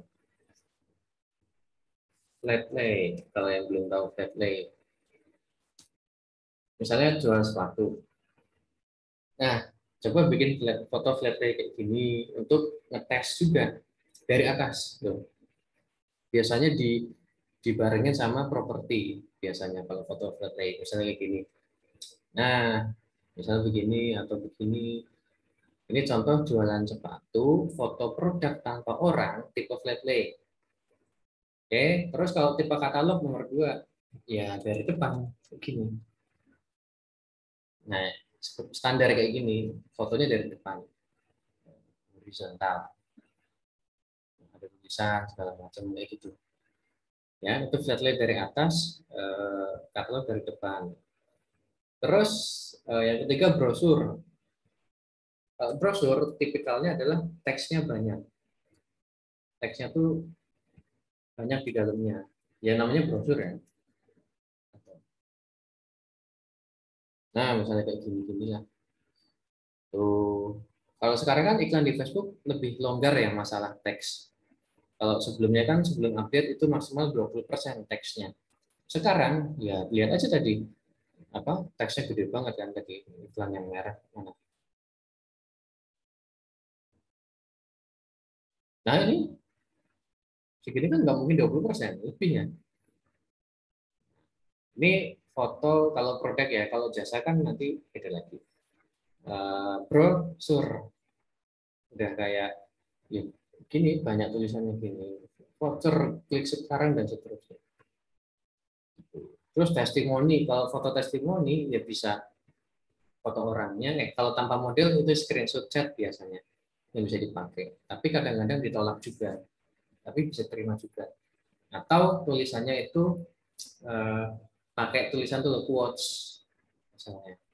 Tapi testimoni ngomongnya testimoni isinya. Nah, itu beberapa variasinya di bagian foto tanpa model. Sebenarnya katalog brosur testimoni, teman-teman bisa coba sampai ketemu formula yang CTR-nya paling tinggi. Terus yang kalau pakai model, nanti sediain kayak saya tadi, pertama model biasa dulu kalau modelnya belum ada atau belum pede. Nah, kayak tadi kan ada yang tukang coklat, es coklat, saya rekrut, ada yang emang CS, yang tadi pakai baju PNS itu CS-nya, punya look yang bagus, kita pakai. Terus ada yang freelance, mahasiswa, ada yang emak-emak kayak tadi yang memang biasa model, itu dulu dipakai. Coba habis itu naik levelnya ke yang punya authority, maksudnya tuh punya nama, punya otoritas, misalnya artis, selebgram, pejabat, atau siapapun yang punya nama lah gitu. Terus yang ketiga pakai konsumen langsung, modelnya tuh konsumennya langsung beneran, ya. Dan itu pun kadang kan konsumennya punya authority juga kan. Gitu. Kalau ini kan authority-nya karena endorse, maksudnya model authority yang berasal dari proses endorse brand ambassador. Kalau ini beneran konsumennya, jadi misalnya saya buka workshop, kok ada peserta kok nastah gitu, ya pasti saya foto segala macam supaya jadi nambahin foto untuk bahan iklan. Nah, ketika dipakai iklan, orang yang kenal kan jadi, Mas ini kok ikut workshopnya ini ya, gitu. Dan beneran konsumen maksudnya. Jadi bukan bukan endorse, beda. Sama-sama authority, tapi ini authority karena endorse, ini authority karena konsumen. Pasti, ya nggak pasti ada sih. Kadang ada yang kayak gitu. Misalnya konsumennya artis beneran, dia beneran beli butuh produk kita, nah kita bikinkan konten foto segala macam. Sama konsumen biasa, cara ngakalinnya, misalnya bikin campaign testimoni terbaik, gitu. Bisa seperti itu. Saya pernah terapin juga. Nah, itu dapat konten banyak dari konsumennya, entah foto, entah video. Ya, itu variasi kalau pakai model. Oh, kok banyak ya mas? Ya, banyak. Ya namanya riset gitu ya. Dan kalau mau serius di Facebook Ads gitu, itu harus diulik sampai kayak gini ya. Terus lokasi kadang di outdoor, kadang di indoor. Sesuaikan sama produknya. Dites nanti misalnya kalau produk fashion, coba saya fotonya di outdoor sama indoor tuh lebih mana CTR-nya misalnya. Oh ternyata kebanyakan senang outdoor, itu banyakin outdoornya. Tinggal variasi outdoor, kadang outdoornya di kafe, di taman, di pantai dan seterusnya. Kebayang ya, nanti kalau sudah kebentuk itu apa? Kemana lagi nih, foto apa lagi dan seterusnya. Kalau nggak gitu, kan kita iklannya cuma satu produk. Misalnya ya, brandnya cuma satu, produknya cuma satu. Kalau nggak kayak gini kan bosen, bingung juga mau foto apa lagi ya gitu. Misalnya kayak gitu. Terus itu foto. Kalau dari udah ada yang nanya ya, Mas Nandi nih. Misal CTR 2%, perform iklan juga lumayan, tapi pengen ikatnya CTR bisa lebih dari 2, kira-kira ngaruh sama algoritma iklan sebelumnya udah begitu enggak ya? Takut ngereset. Nah, kalau mau riset lagi, Mas, jangan ngerubah iklan yang lagi ini. Kan di workshopnya juga bilang kan, kalau mindsetnya iklan itu kan yang cek pertama itu profitnya dulu. Jadi kalau profit, nggak usah diutak-atik isi iklannya. Mau CTR-nya 0, mau CPR-nya sekian, sepenting profit dulu gitu kan. Tapi kalau pengen dinaikin, testingnya di campaign yang baru gitu loh Mas. Itu ya kurang lebih jawabannya. Jadi jangan utak-atik yang lagi jalan. Kalau dirubah visualnya ya ngeriset memang itu. Apa ngereset iklannya kayak jadi ulang lagi. Hati-hati makanya. Kalau dia masih bagus jangan diutak-atik. Mending testing di campaign baru. Terus Mbak Samantha ya, kalau pertama testing udah dapat kesimpulan bagus yang tipe ini, terus terasa tipe ini performanya turun, berarti testing lagi. Iya betul, betul Mbak Samantha. Kejadian kayak gitu pernah? Ya pernah juga.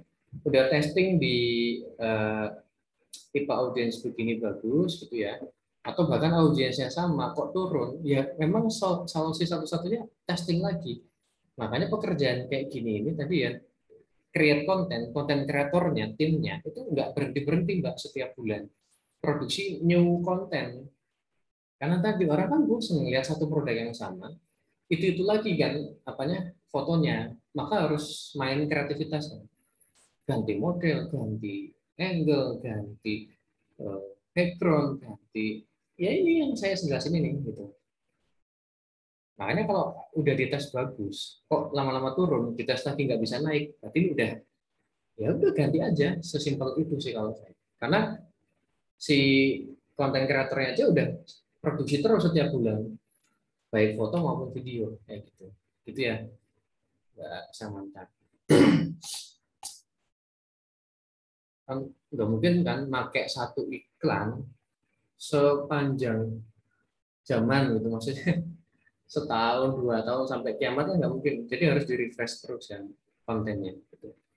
Saya punya 3 akun iklan, kalau buat campaign yang sama 3 akun iklan tersebut apakah bisa? Ya bisa, settingannya sama kan bisa. Misalnya 3 akun iklan gitu kan, campaign A B C, beda-beda akun iklannya, tapi settingannya dibuat sama ya bisa aja. Dan menariknya walaupun di setting sama persis plug, nanti hasilnya bisa beda-beda ketika teman-teman mengiklankan di akun iklan yang berbeda gitu. Kebayang ya? Settingan sama, plug produk sama, LQ sama, pokoknya semua sama. Targeting dibuat sama, settingannya, visualnya sama. Tapi ngiklankan di 3 akun iklan yang berbeda. Hasilnya bisa beda-beda. Makanya ada insight dari teman saya ya. Waktu testing produk itu jangan cuma testing di satu akun iklan.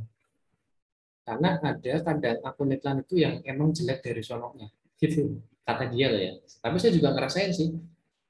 Maksudnya saya punya produk udah winning lama gitu ya. Saya pakai akun iklan baru, settingannya mirip-mirip gitu ya sama yang sudah biasanya. Kita nggak mau ngangkat gitu. Akhirnya ganti aja akun iklan lain. Itu menurut saya main Facebook udah sampai level kayak gitu, sampai level testing akun iklannya beneran. Ya. Teman saya malah SOP-nya gitu. Kalau testing produk itu dia produk baru ya, misalnya dia pulaan atau dari marketplace dropship dulu, dia testing ke lebih dari satu akun BM malah. Beda BM akun iklannya. Dia cerita 5 malah. Nah, kebayang ya, satu produk itu settingannya sama, tapi dites di 5 BM yang berbeda. Kayak gitu. Untuk kayak validasi, ini beneran jelek produknya, atau akun iklannya yang jelek. Kayak gitu. Sampai seperti itu ya, buat insight aja. Tapi memang saya rasain. Saya pernah kejadian malah unik lagi. Saya pernah jualan Al-Quran, Al-Quran Hafiz gitu ya.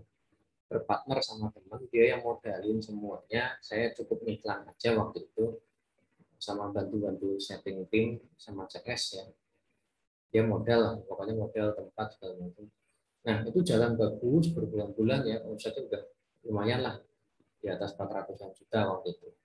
Nah, ya biasalah, terus karena kita belum ada hitam di atas putih, akhirnya crash, saya keluar. Nah, kan. Terus, ini kan produknya winning gitu kan, produknya winning. Aku yang iklan, aku tahu semua prosesnya dari A sampai Z. Udah bikin sendiri. Saya tahu produsennya di mana, dia cuma reseller kan di Cordoba. Lalu dicoba sendiri iklannya, nggak pernah jalan, nggak pernah jadi, nggak pernah ngangkat gitu waktu itu. Udah coba testing kayak gini, kayak gitu, kayak gini, kayak gitu. Oh, nggak ngangkat ya. Ya udahlah, mikirnya waktu itu apa?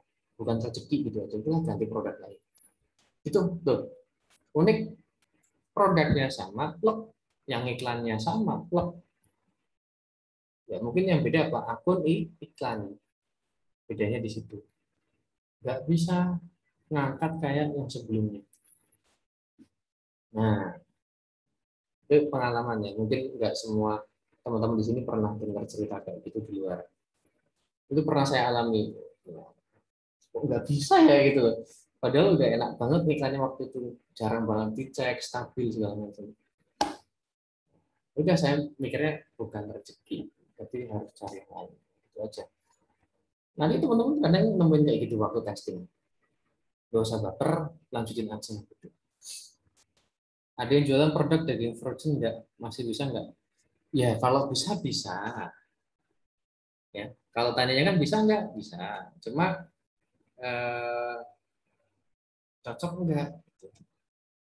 Tadi kan saya bilang marginnya 50.000 enggak berpenjualan. Bisnis modelnya kayak gimana? Ini eceran atau jual grosir dari seller? Kalau grosir mungkin atau nyari reseller mungkin cocok karena kan sekali beli dia banyak pasti di atas 50.000 marginnya. Repeat order tinggi, ngumpulin database. Itu sih Mas. Jadi tergantung tergantung macam-macam itu.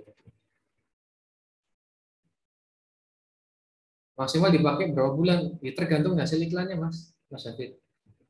Nggak tahu, nggak tahu patokannya. Kadang sebulan sudah jenuh, tahunya dari mana? Ya hasilnya turun Mas. Apa? CTR-nya turun misalnya gitu ya. CPR apa? Secara umum itu menurun semua, berarti butuh refresh konten. Nah sebelum itu dilakuin kalau saya pasti akan minta ke tim konten minimal 1 bulan sekali itu nge-refresh.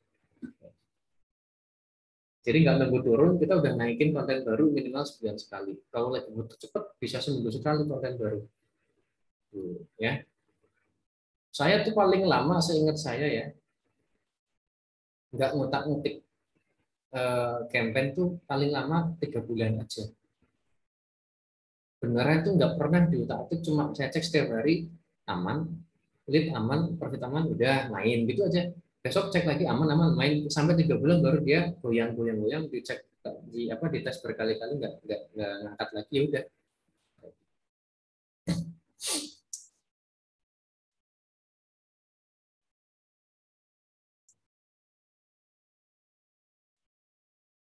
Terus Mbak Arun, kalau performa campaign turun mau testing ad kreatif baru, buat di campaign baru aja Mbak. Jadi bikin campaign baru supaya datanya nggak nyampur-nyampur gitu kan, lebih clear. Terus Mas Wat, hard selling pasti tidak laku karena kaku atau relatif Mas. Tapi secara teori, kalau tadi kan saya bilang jualan di Facebook kan kayak pedagang keliling, nawarin orang yang lagi nggak pengen beli, ya pasti susah lakunya. Dan ada statistik juga, ada data pernah saya baca, orang tuh beli ya, rata-rata 70% tuh orang memutuskan beli setelah 5 kali kontak. Nah, artinya kalau sekali lihat iklan, belum tentu beli. Maka perlu namanya retargeting, diulang lagi dengan konten yang berbeda-beda sampai dia yakin untuk beli gitu. Terus Antonio, bagaimana cara menyikapi kondisi ekonomi yang kemampuan konsumen untuk membeli produk sedang mengalami penurunan? Oke, jadi nah secara umum memang ada yang turun, kebanyakan turun ya. Tapi yang naik juga banyak Mas Antonio gitu. Tergantung marketnya sih kalau menurut saya.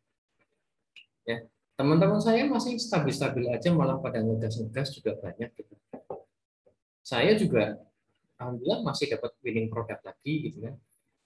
Tes itu adalah yang winning, bahkan malah produk yang nggak usah aneh-aneh, misalnya kayak kemarin celana dalam itu winning produk juga, tapi itu punya polaan yang nggak brand. Itu jadi kalau saya sih mending apa ya maksudnya, pertama optimis satu, yang kedua fokus sama yang bisa kita kontrol. COVID, pandemi itu nggak bisa saya kontrol. Kalau saya ngikutin itu, ya saya pasrah segala macam. Jadi saya fokus sama yang saya kontrol. Ya saya ikhtiar terus aja. Ikhtiar, cari jalan, belajar lagi, gitu kan. Silaturahmi, melihat teman-teman yang berhasil, serap energinya, positif segala macam. Lihat caranya, belajar lagi, insight-nya apa. Jadi sebenarnya mungkin orang tuh pada shifting aja sih menurut saya, shifting cara belanjanya ya, shifting produknya itu nggak hilang sama sekali gitu. Tinggal kita tuh bisa nggak nemuin ceruk-ceruk itu sama caranya deketin mereka, nyampe ke mereka gimana. Ya salah satunya dengan online kan kalau lagi PPKM segala macam. Terus kalau jualan baju supaya dapat minimal profit 50 harus diarahkan belanja 3 biji. Terasa aneh enggak ya? Soalnya sekali belanja 3 biji sudah 300.000. Apakah customer bisa keberatan enggak ya? Ya, nah berarti marginnya berapa tuh? 300.000 cuma 50.000 kan? Apanya? Profitnya. Berarti seperenamnya, 15% marginnya. Ah itu berat, itu berat. Mending cari produk-produk yang tadi loh 50% dari harga. Tuh. Jadi kalau polaan 50 bisa dijual 100 sudah untung 50. Dijual 150 udah untung 100. Pemain-pemain Facebook Ads itu yang saya kenal, aliran-aliran ekstrim itu bisa dari marketplace 25.000 dijual 150. Itu berapa kali coba? Dari marketplace 50 bisa dijual 200, 250. Gitu.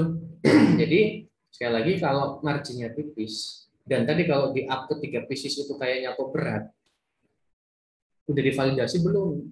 Tadi kan ada ya step validasi dulu. Coba tawarin ke teman, ke WA story, IG story, IG-nya segala, Facebooknya segala macam. Ada yang mau beli nggak? Dipaksa beli 3 kayak gitu. Kalau susah, ya pertimbangkan lagi mau diiklan, karena menurut saya iklan itu kan cuma akselerasinya, gitu kan, mengakselerasi penyebarannya lebih cepat lagi, lebih banyak. Gitu. Jadi kalau secara produknya memang berat, kalau di iklan ya mirip-mirip berat juga gitu. refresh video ads kreatif yang baru lebih baik di campaign baru atau campaign sudah jalan? Tadi sudah dijawab ya, di campaign baru Mas. Campaign baru aja. Margin 15%. Ya tadi. Coba jangan dipaksain kalau menurut saya. Cari yang margin besar. Atau bisnis modelnya dirubah. Misalnya ngejualnya ke reseller, agen, distributor, misalnya kalau memungkinkan. Tapi kalau enggak, cari produk baru yang di Facebook Ads. Itu main di luar Facebook Ads aja, nggak apa-apa. Gitu. Kalau ambil kesimpulan, pas tes di konten dilihat perform berapa hari baru ambil kesimpulan. Tergantung kemantepan tadi saya bilang. Kalau udah mantep, ya 7 hari pun udah cukup. Kalau kasus yang tadi yang bros itu seingat saya dulu bisa sampai sebulan ngetesnya. Ya namanya juga awal-awal kan itu produk-produk awal saya ngiklan itu. Jadi kan eh, insting tahu insting ya. Instingnya kan belum jalan masih pakai pertimbangan logik. Tapi kalau udah semakin sering iklan, misalnya lihat lihat apa iklan 7 hari kok kayak gini, instingnya langsung udah mantep. Gitu. Itu yang Mbak sampaikan. Nanti semakin sering ngelakuin instingnya akan jalan. Jadi tidak ada patokan pasti mantep apa enggak kitanya mantep apa enggak. Oke, jam berapa nih? Ya, jam. Itu ya kita lanjut dulu ke video. Tadi kan baru foto video. Kalau dari isinya nanti teman-teman bisa tes berbagai macam jenis video. Misalnya yang isinya berupa slideshow, hard selling langsung, storytelling, berupa unboxing, cara pakai, testimoni. Durasinya juga disediakan yang variatif. Kadang sediain 15 detik, 30, 60, bahkan lebih dari 60 pun disediain.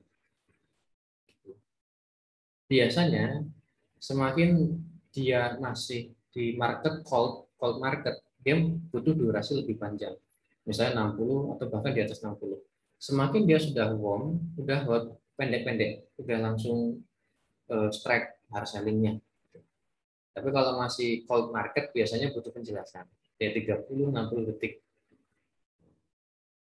Itu yang apa video. Contohnya mungkin saya bisa kasih contoh.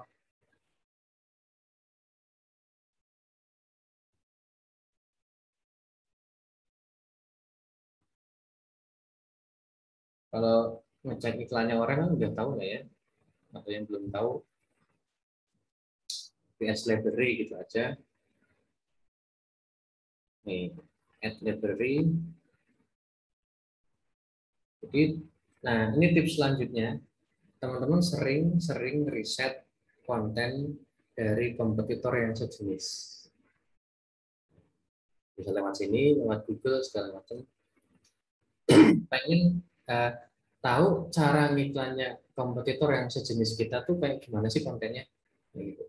Misalnya saya kan salah satu produknya obat herbal mah, obat sakit mah ya. Ya saya cari kan obat mah itu apa.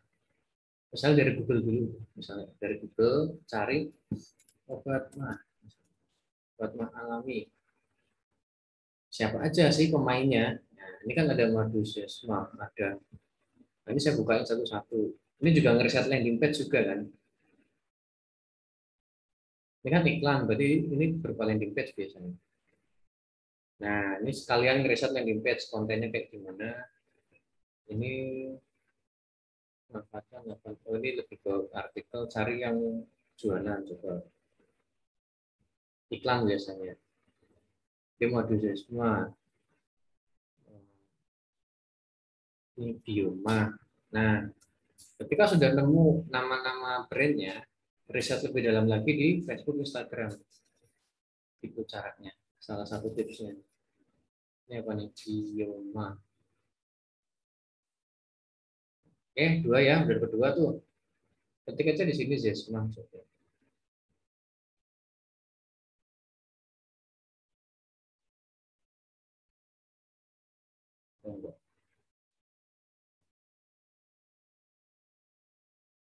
Ya, dilihat aja. Like-nya segala macam. Nggak ada tuh kan? Nggak ada. Kalau nol berarti dia lagi nggak iklan. Ya, cari lagi. Namanya riset. Biowang coba mau juga itu terus cari. Nah makanya tips selanjutnya adalah biar timeline kita dilewatin sama yang kayak gini-gini ya, teman-teman masuk ke fanpage-nya, nge-like, komen di situ gitu. Jadi Facebook akan baca kita tuh tertarik sama eh, produk kayak gini, paham ya? Jadi nanti di timeline-nya itu Facebook akan ngirimin produk-produk yang sejenis. Itu kan meningkatkan database konten kita, database kompetitor iklan kita. Video sampai ketemu. Ya ini namanya riset. Nggak semua orang kuat ngejalanin kayak gini. Nggak semua orang kuat ngejalanin riset-riset kayak gini. Belum. Makanya supaya kuat ngejalaninnya, salah satu tipsnya lagi adalah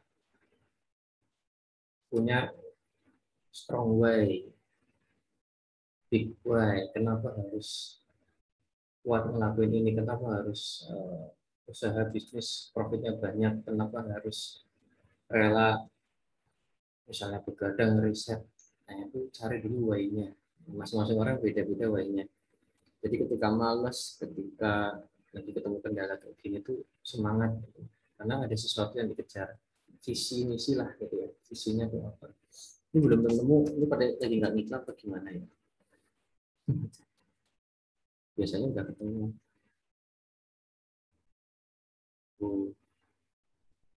Belum nemu ya.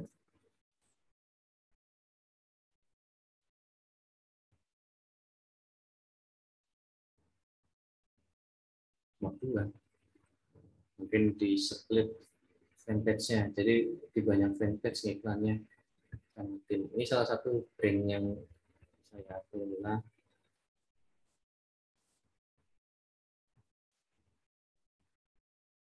Tapi itu bayang begitu ya. Cari lagi, cari lagi. Nah, ini ketemu satu tuh. Nah, ini eh, satu iklan aja. Ini kontennya begini. Coba video apa? Ini iklan video tipe hard selling, ya. Langsung jual kayak gitu. Hard selling. Nah, kalau contoh yang enak, coba nih saya bukain. Kalau di workshop juga saya kasih foto ini. ID foto book namanya. Contoh video bagus iklannya. Kontennya juga keren. Kalau dia mereka itu saya lihat konten iklannya video semua malah tuh ya, nggak ada yang apa, nggak ada yang foto, video semua. Kita lihat jenis-jenisnya.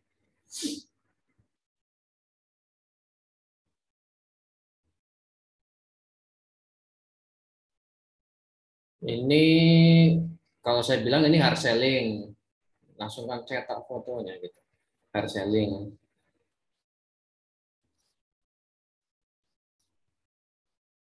Ini juga hard selling, pakai apa namanya, pakai tipografi ya. Jadi penyampaian eh, isi poin videonya pakai teks begini.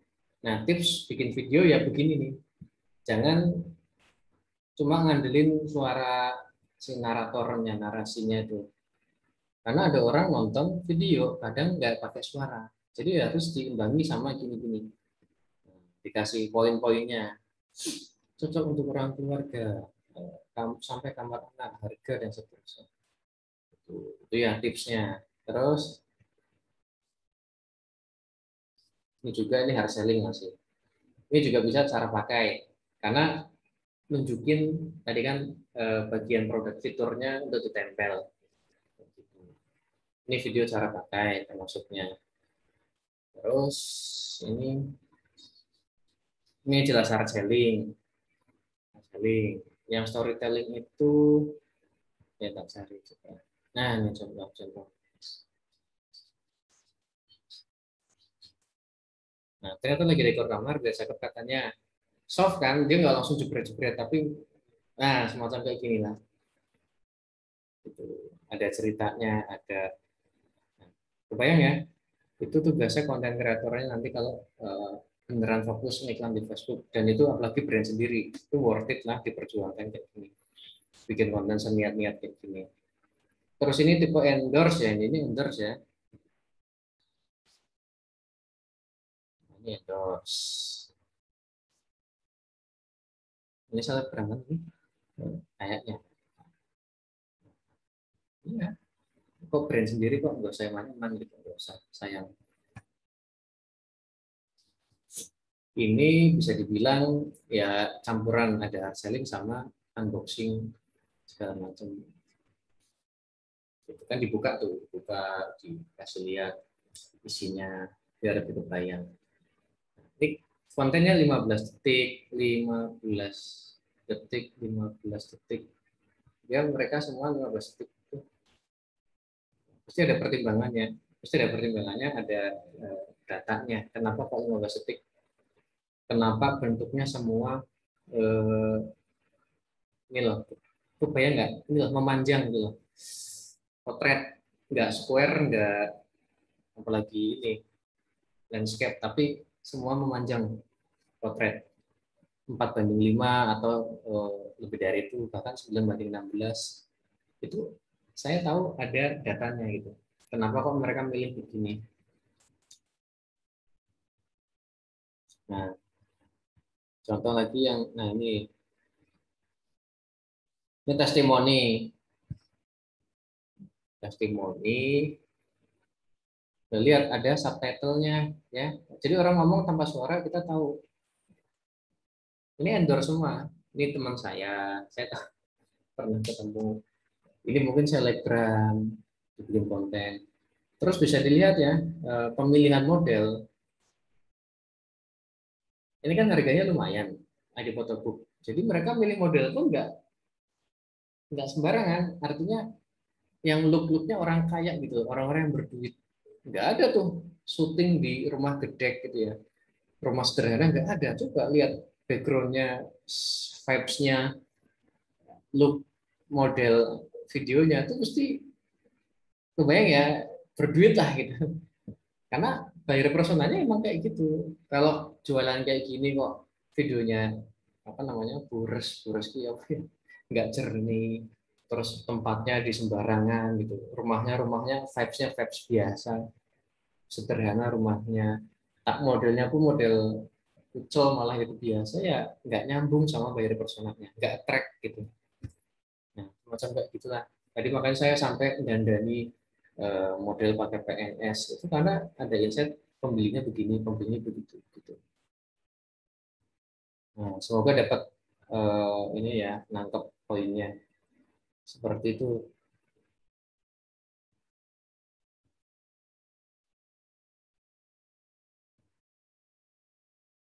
Sudah itu aja ya.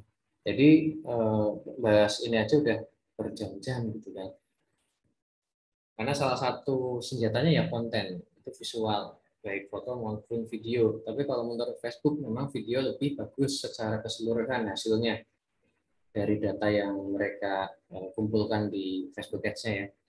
Secara umum hasil iklan video lebih bagus daripada foto. Terus ukurannya lebih besar lebih bagus. Makanya tadi kan foto book itu lebih besar ya, nggak square tapi lebih memanjang ke atas, potret. Bahkan nggak ada yang landscape. Itu karena insight dari Facebook, saya juga dapat insightnya waktu di acara di Jakarta di Facebook itu.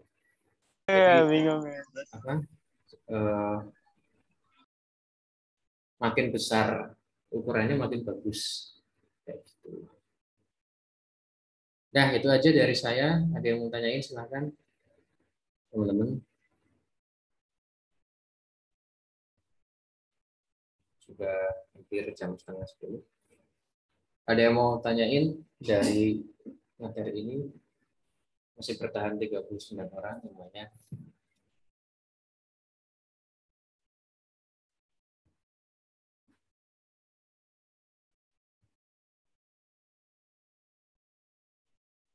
Mau Jafri? Ya boleh, boleh.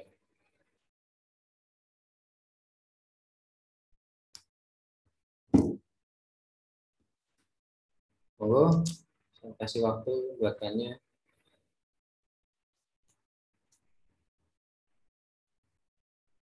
Kalau interestnya CPL-nya mahal, nah kalau saya nggak usah seminggu mas.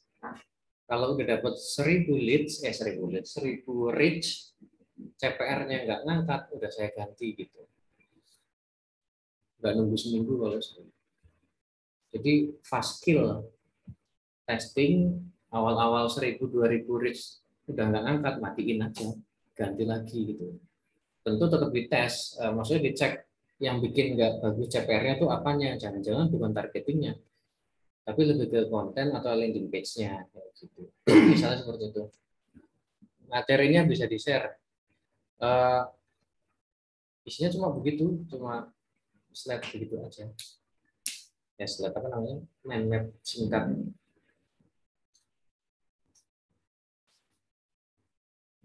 Klik promosikan iklan nggak efektif ya dibanding Facebook Manager.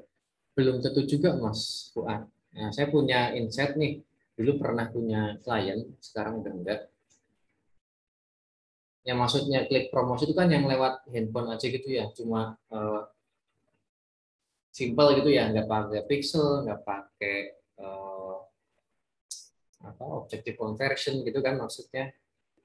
Saya punya klien dulu ya, uh, jualan jam tangan, full iklannya lewat yang lewat HP itu loh, lewat depan kalau saya sebutnya. Kan iklan lewat depan sama lewat belakang.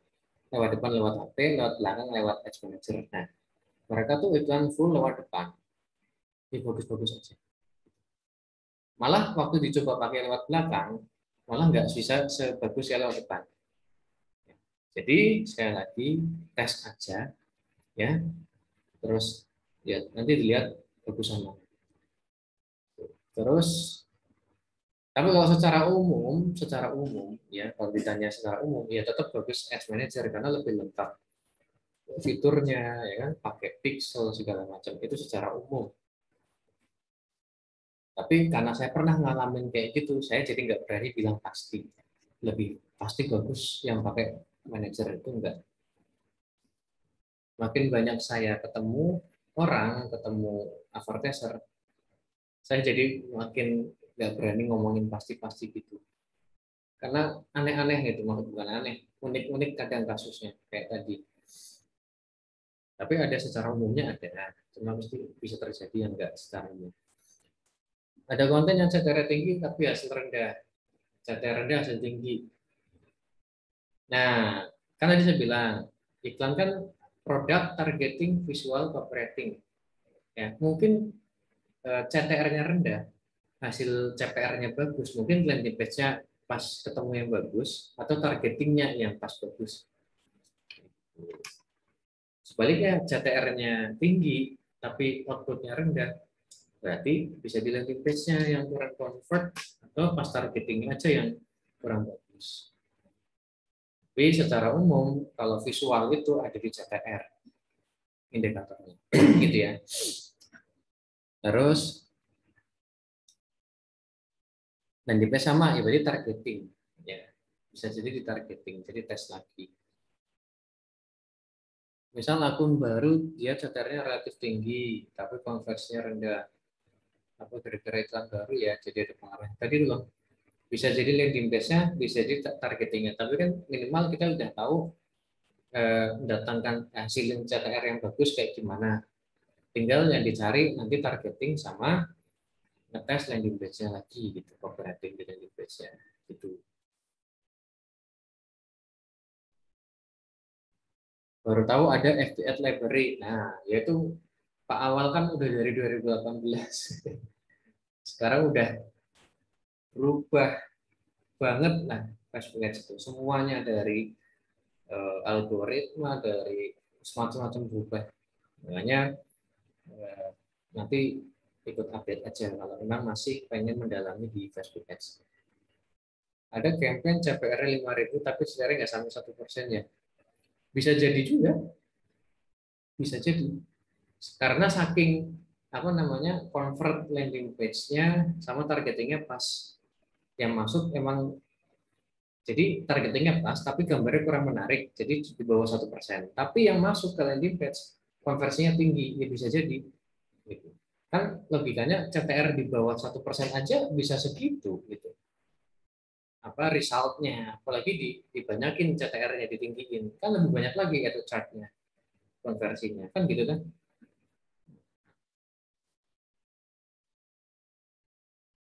Tapi tetap nomor satu, ya profit apa enggak dulu kalau ngecek itu, ya nomor satu itu dulu, profit atau enggak, terus target yield-nya tercapai atau enggak, CPL-nya baru baru kalau saya tuh setelah ngecek sales, penjualan, terus sama leads, baru cek dashboard biasanya gitu. Semua di reset. Ini kan yang kita bahas ngereset itu ya CTR dengan cara materinya, ads visualnya gitu kan, sama copywriting iklannya. Tapi nanti ya tetap targeting juga di reset. Bahkan produk kalau yang mainnya main hit and run itu juga di reset. Sama landing page itu juga di reset. Mungkin next nanti kita bahas riset yang lain ya, maksudnya riset targeting atau riset landing page, caranya gimana kalau yang saya lakuin sama tim. Ada lagi, memang ya itu cara main saya ya. Jadi kan ada yang advertiser kalau yang penting profit ya nggak apa-apa, ya emang itu tujuannya. Gitu. Atau maksudnya metodenya lebih simple, yang jebret yang penting hasil akhirnya ya, ya benar juga gitu kan, benar juga. Selama hasilnya adalah profit. Kan saya bilang tadi ini cara mainnya aja. Gitu. Dan saya nyamannya begini kok, nyamannya seperti ini.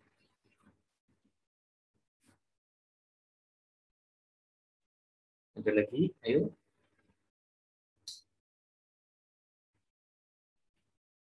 Ya, baru ngomongin visual udah cukup panjang ya. Makanya kalau saya workshop sekarang itu 3 hari. Kalau biasanya kan 2 hari itu. Saya udah bikin workshop 55 kali ya. Kalau misalnya 56 kali batch gitu, 5 kali angkatan. Angkatan 52 ke bawah itu 2 hari. Tapi sejak 54, 55 itu saya bikin 3 hari. Karena Facebook banyak berubah, termasuk persiapannya sekarang lebih banyak, ada segala macam apa, verifikasi domain, masang agregatornya dulu, gitu-gitu kan. Kalau sebelumnya kan gampang, masang pixel event selesai. Nah, makanya jadi tambah 3 hari. Itu ada namanya nanti apa namanya, cara ternak akunnya biar ya, sekarang kan kalau nggak ame nggak asik gitu kan, semua ame pada waktunya. Terus apakah LA dan retargeting hasilnya pasti lebih baik? Nah, tadi saya udah bilang, saya nggak bisa mastiin mas, tapi secara umum begitu. Secara umum namanya LAA itu kan audiens yang mirip dengan custom audience. Asalkan bibitnya bagus, custom audiensnya itu bagus kualitasnya, harusnya lookalike-nya juga bagus. Nah, dia secara teori akan kualitasnya lebih bagus daripada interest yang masih ngasal gitu loh, yang masih ngawang. Tapi prakteknya bisa jadi enggak. Ya, jadi kalau main kayak gini jangan pakai ilmu pasti mas. Jadi mending curiosity, penasaran gitu. Apakah betul begini? Coba saya tes begini. Mending begitu deh. Jadi nggak kayak Facebook itu bukan kayak matematika 1 tambah 1 sama dengan 2. Kan tadi saya udah bilang tadi, cash banget tapi tadi cash, produk sama, iklan sama, cara iklan sama pun hasilnya bisa beda gitu. Ya mau dibilang gimana emang kayak gitu. Jadi tes aja, cuma memang secara umum seperti itu teorinya. Ya, lo boleh kan kayak tadi teorinya. Eh, ya kalau yang saya jalanin hampir semua pakai lookalike iklannya mas, semua produk, karena itu memang sudah fasilitas dari Facebook kan untuk nyariin similar audience gitu. Kapan rencana workshop? Nah, workshop masih lama sih, tanggal September, tanggal saya enggak tahu. Insya Allah ya, rencananya September 23, 24, 25 itu 3 hari, masih sebulan lagi. Tapi nggak apa mau daftar dari sekarang juga nggak apa-apa, harganya biasa lebih murah. Itu di Jogja dan karena lagi kayak gini, saya di Jogja aja. Prokes tetap ya aman. Ini saya juga udah aktif kok bikin workshop dari bulan bulan Juli itu udah bikin kok sebulan sekali. Kalau testing konten dalam satu campaign yang sama atau campaign yang pisah, bisa 2 campaign dengan targeting sama, konten beda. Oh, ya kalau mau ngetes apa misalnya ya visual, ya di campaign yang sama berarti. Misalnya saya sebutnya formasi ya, formasi satu yang simpel aja lah, 1, 2, 2, berarti kan satu campaign isi 2 adset itu isinya masing-masing 2 ads. Nah, saya coba buka ini aja biar yang formasi testing.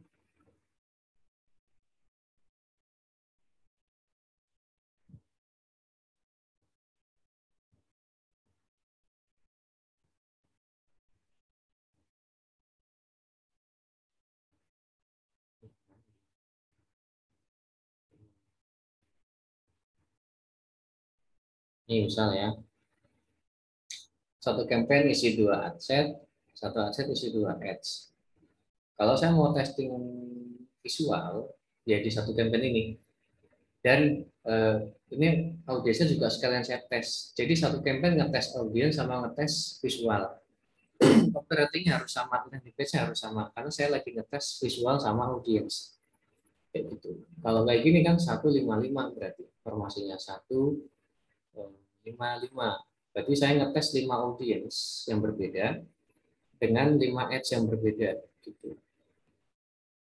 Nah, kurang lebih seperti itu. Jadi di satu campaign yang sama. Nanti kalau bikin campaign lagi baru ya bisa isinya ads yang sama tapi audiensnya beda dari 5 ini. Mungkin audiens 6, 7, 8, 9, 10 boleh. Ads-nya masih sama bisa. Gitu. Ya moga-moga terjawab ya. Kalau sudah punya database minimum berapa ya bisa dipakai 1000 udah bisa banget lah. Database customer ya maksudnya nomor HP atau email ya bisa banget itu. 100 pun nggak bisa. Tapi ya prinsipnya lebih banyak data lebih bagus. Samplingnya lebih banyak. Asalkan itu beneran pembeli ya, bukan data ngambil dari counter, dari scrap grup segala macam. Itu nanti berkualitas datanya, CA-nya. Gitu. Kalau learning limited ya kalau saya lihat resultnya aja, selama masih bagus resultnya bodo amat learning limited gitu. Tapi kalau udah jelek ya diganti, bikin baru lagi. Gitu aja Mbak. CPR masih bagus misalnya ya, terus apa lead-nya masih oke, masih profit. Saya mending nggak memperhatikan itu. Gitu. Kalau saya ya, nanti kalau salah ya mohon maaf untuk cara saya gitu yang saya lakuin. Jadi selama hasilnya masih oke, lanjut. Kalau emang jelek ya diganti, dimatikan ganti. Apa yang dirubah tergantung apa yang jelek. Kalau targetingnya dianggap jelek, tes targeting lagi. Kalau visualnya dianggap kurang bagus, tes visual. Landing page yang bagus, tes landing page. Dan seterusnya. Itu Mbak Arum.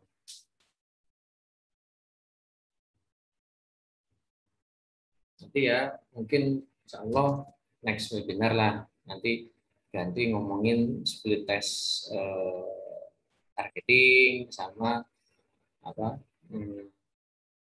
landing page gitu. Insya Allah. Doain aja sehat. Ya, ada lagi nggak? 2144. Kalau nggak ada ya udah. Sudah itu. Ya, cukup ya. Oke, kalau gitu karena sudah semakin malam dan yang tanya juga udah mulai berkurang dan nggak ada, ya sudah kita cukupkan dulu. Kayaknya juga udah cukup banyak ya. Ya, semoga bermanfaat ya teman-teman semua yang ikut ini. Nanti mungkin kita lanjut di webinar selanjutnya ya, Insya Allah. Kalau workshop baru di Jogja, Mas Wawan ya, sampai ya kita mantep pengen ke luar kota, soalnya males ribet di operasionalnya. Gitu ya. Naik kereta harus begini-begini, naik mobil ya begitu-begitu gitu kan. Setelah di Jogja aja dulu ya gitu. Tapi ya banyak kok yang dari luar kota tetap datang. Kemarin waktu Facebook terakhir Jakarta, Bogor pada datang gitu. Masih aman gitu ya. Jadi itu dulu teman-teman, terima kasih atas partisipasinya ya. Semoga bermanfaat gitu, dan ya doakan aja nanti bisa ketemu lagi di webinar selanjutnya ya. Ini bahas visual, nanti bahas yang lain. Itu yang mau ikut workshopnya juga monggo, nanti silahkan tanya-tanya ke CS gitu ya. Tadi 23, 24, 25 ya. September masih lama, sebulan lagi gitu. Oke, terima kasih. Sampai ketemu lagi di acara-acara selanjutnya. Sekian dari saya. Assalamualaikum warahmatullahi wabarakatuh. Ya, rekamannya nanti saya share ya, atau besok lah maksimal. Oke, see you.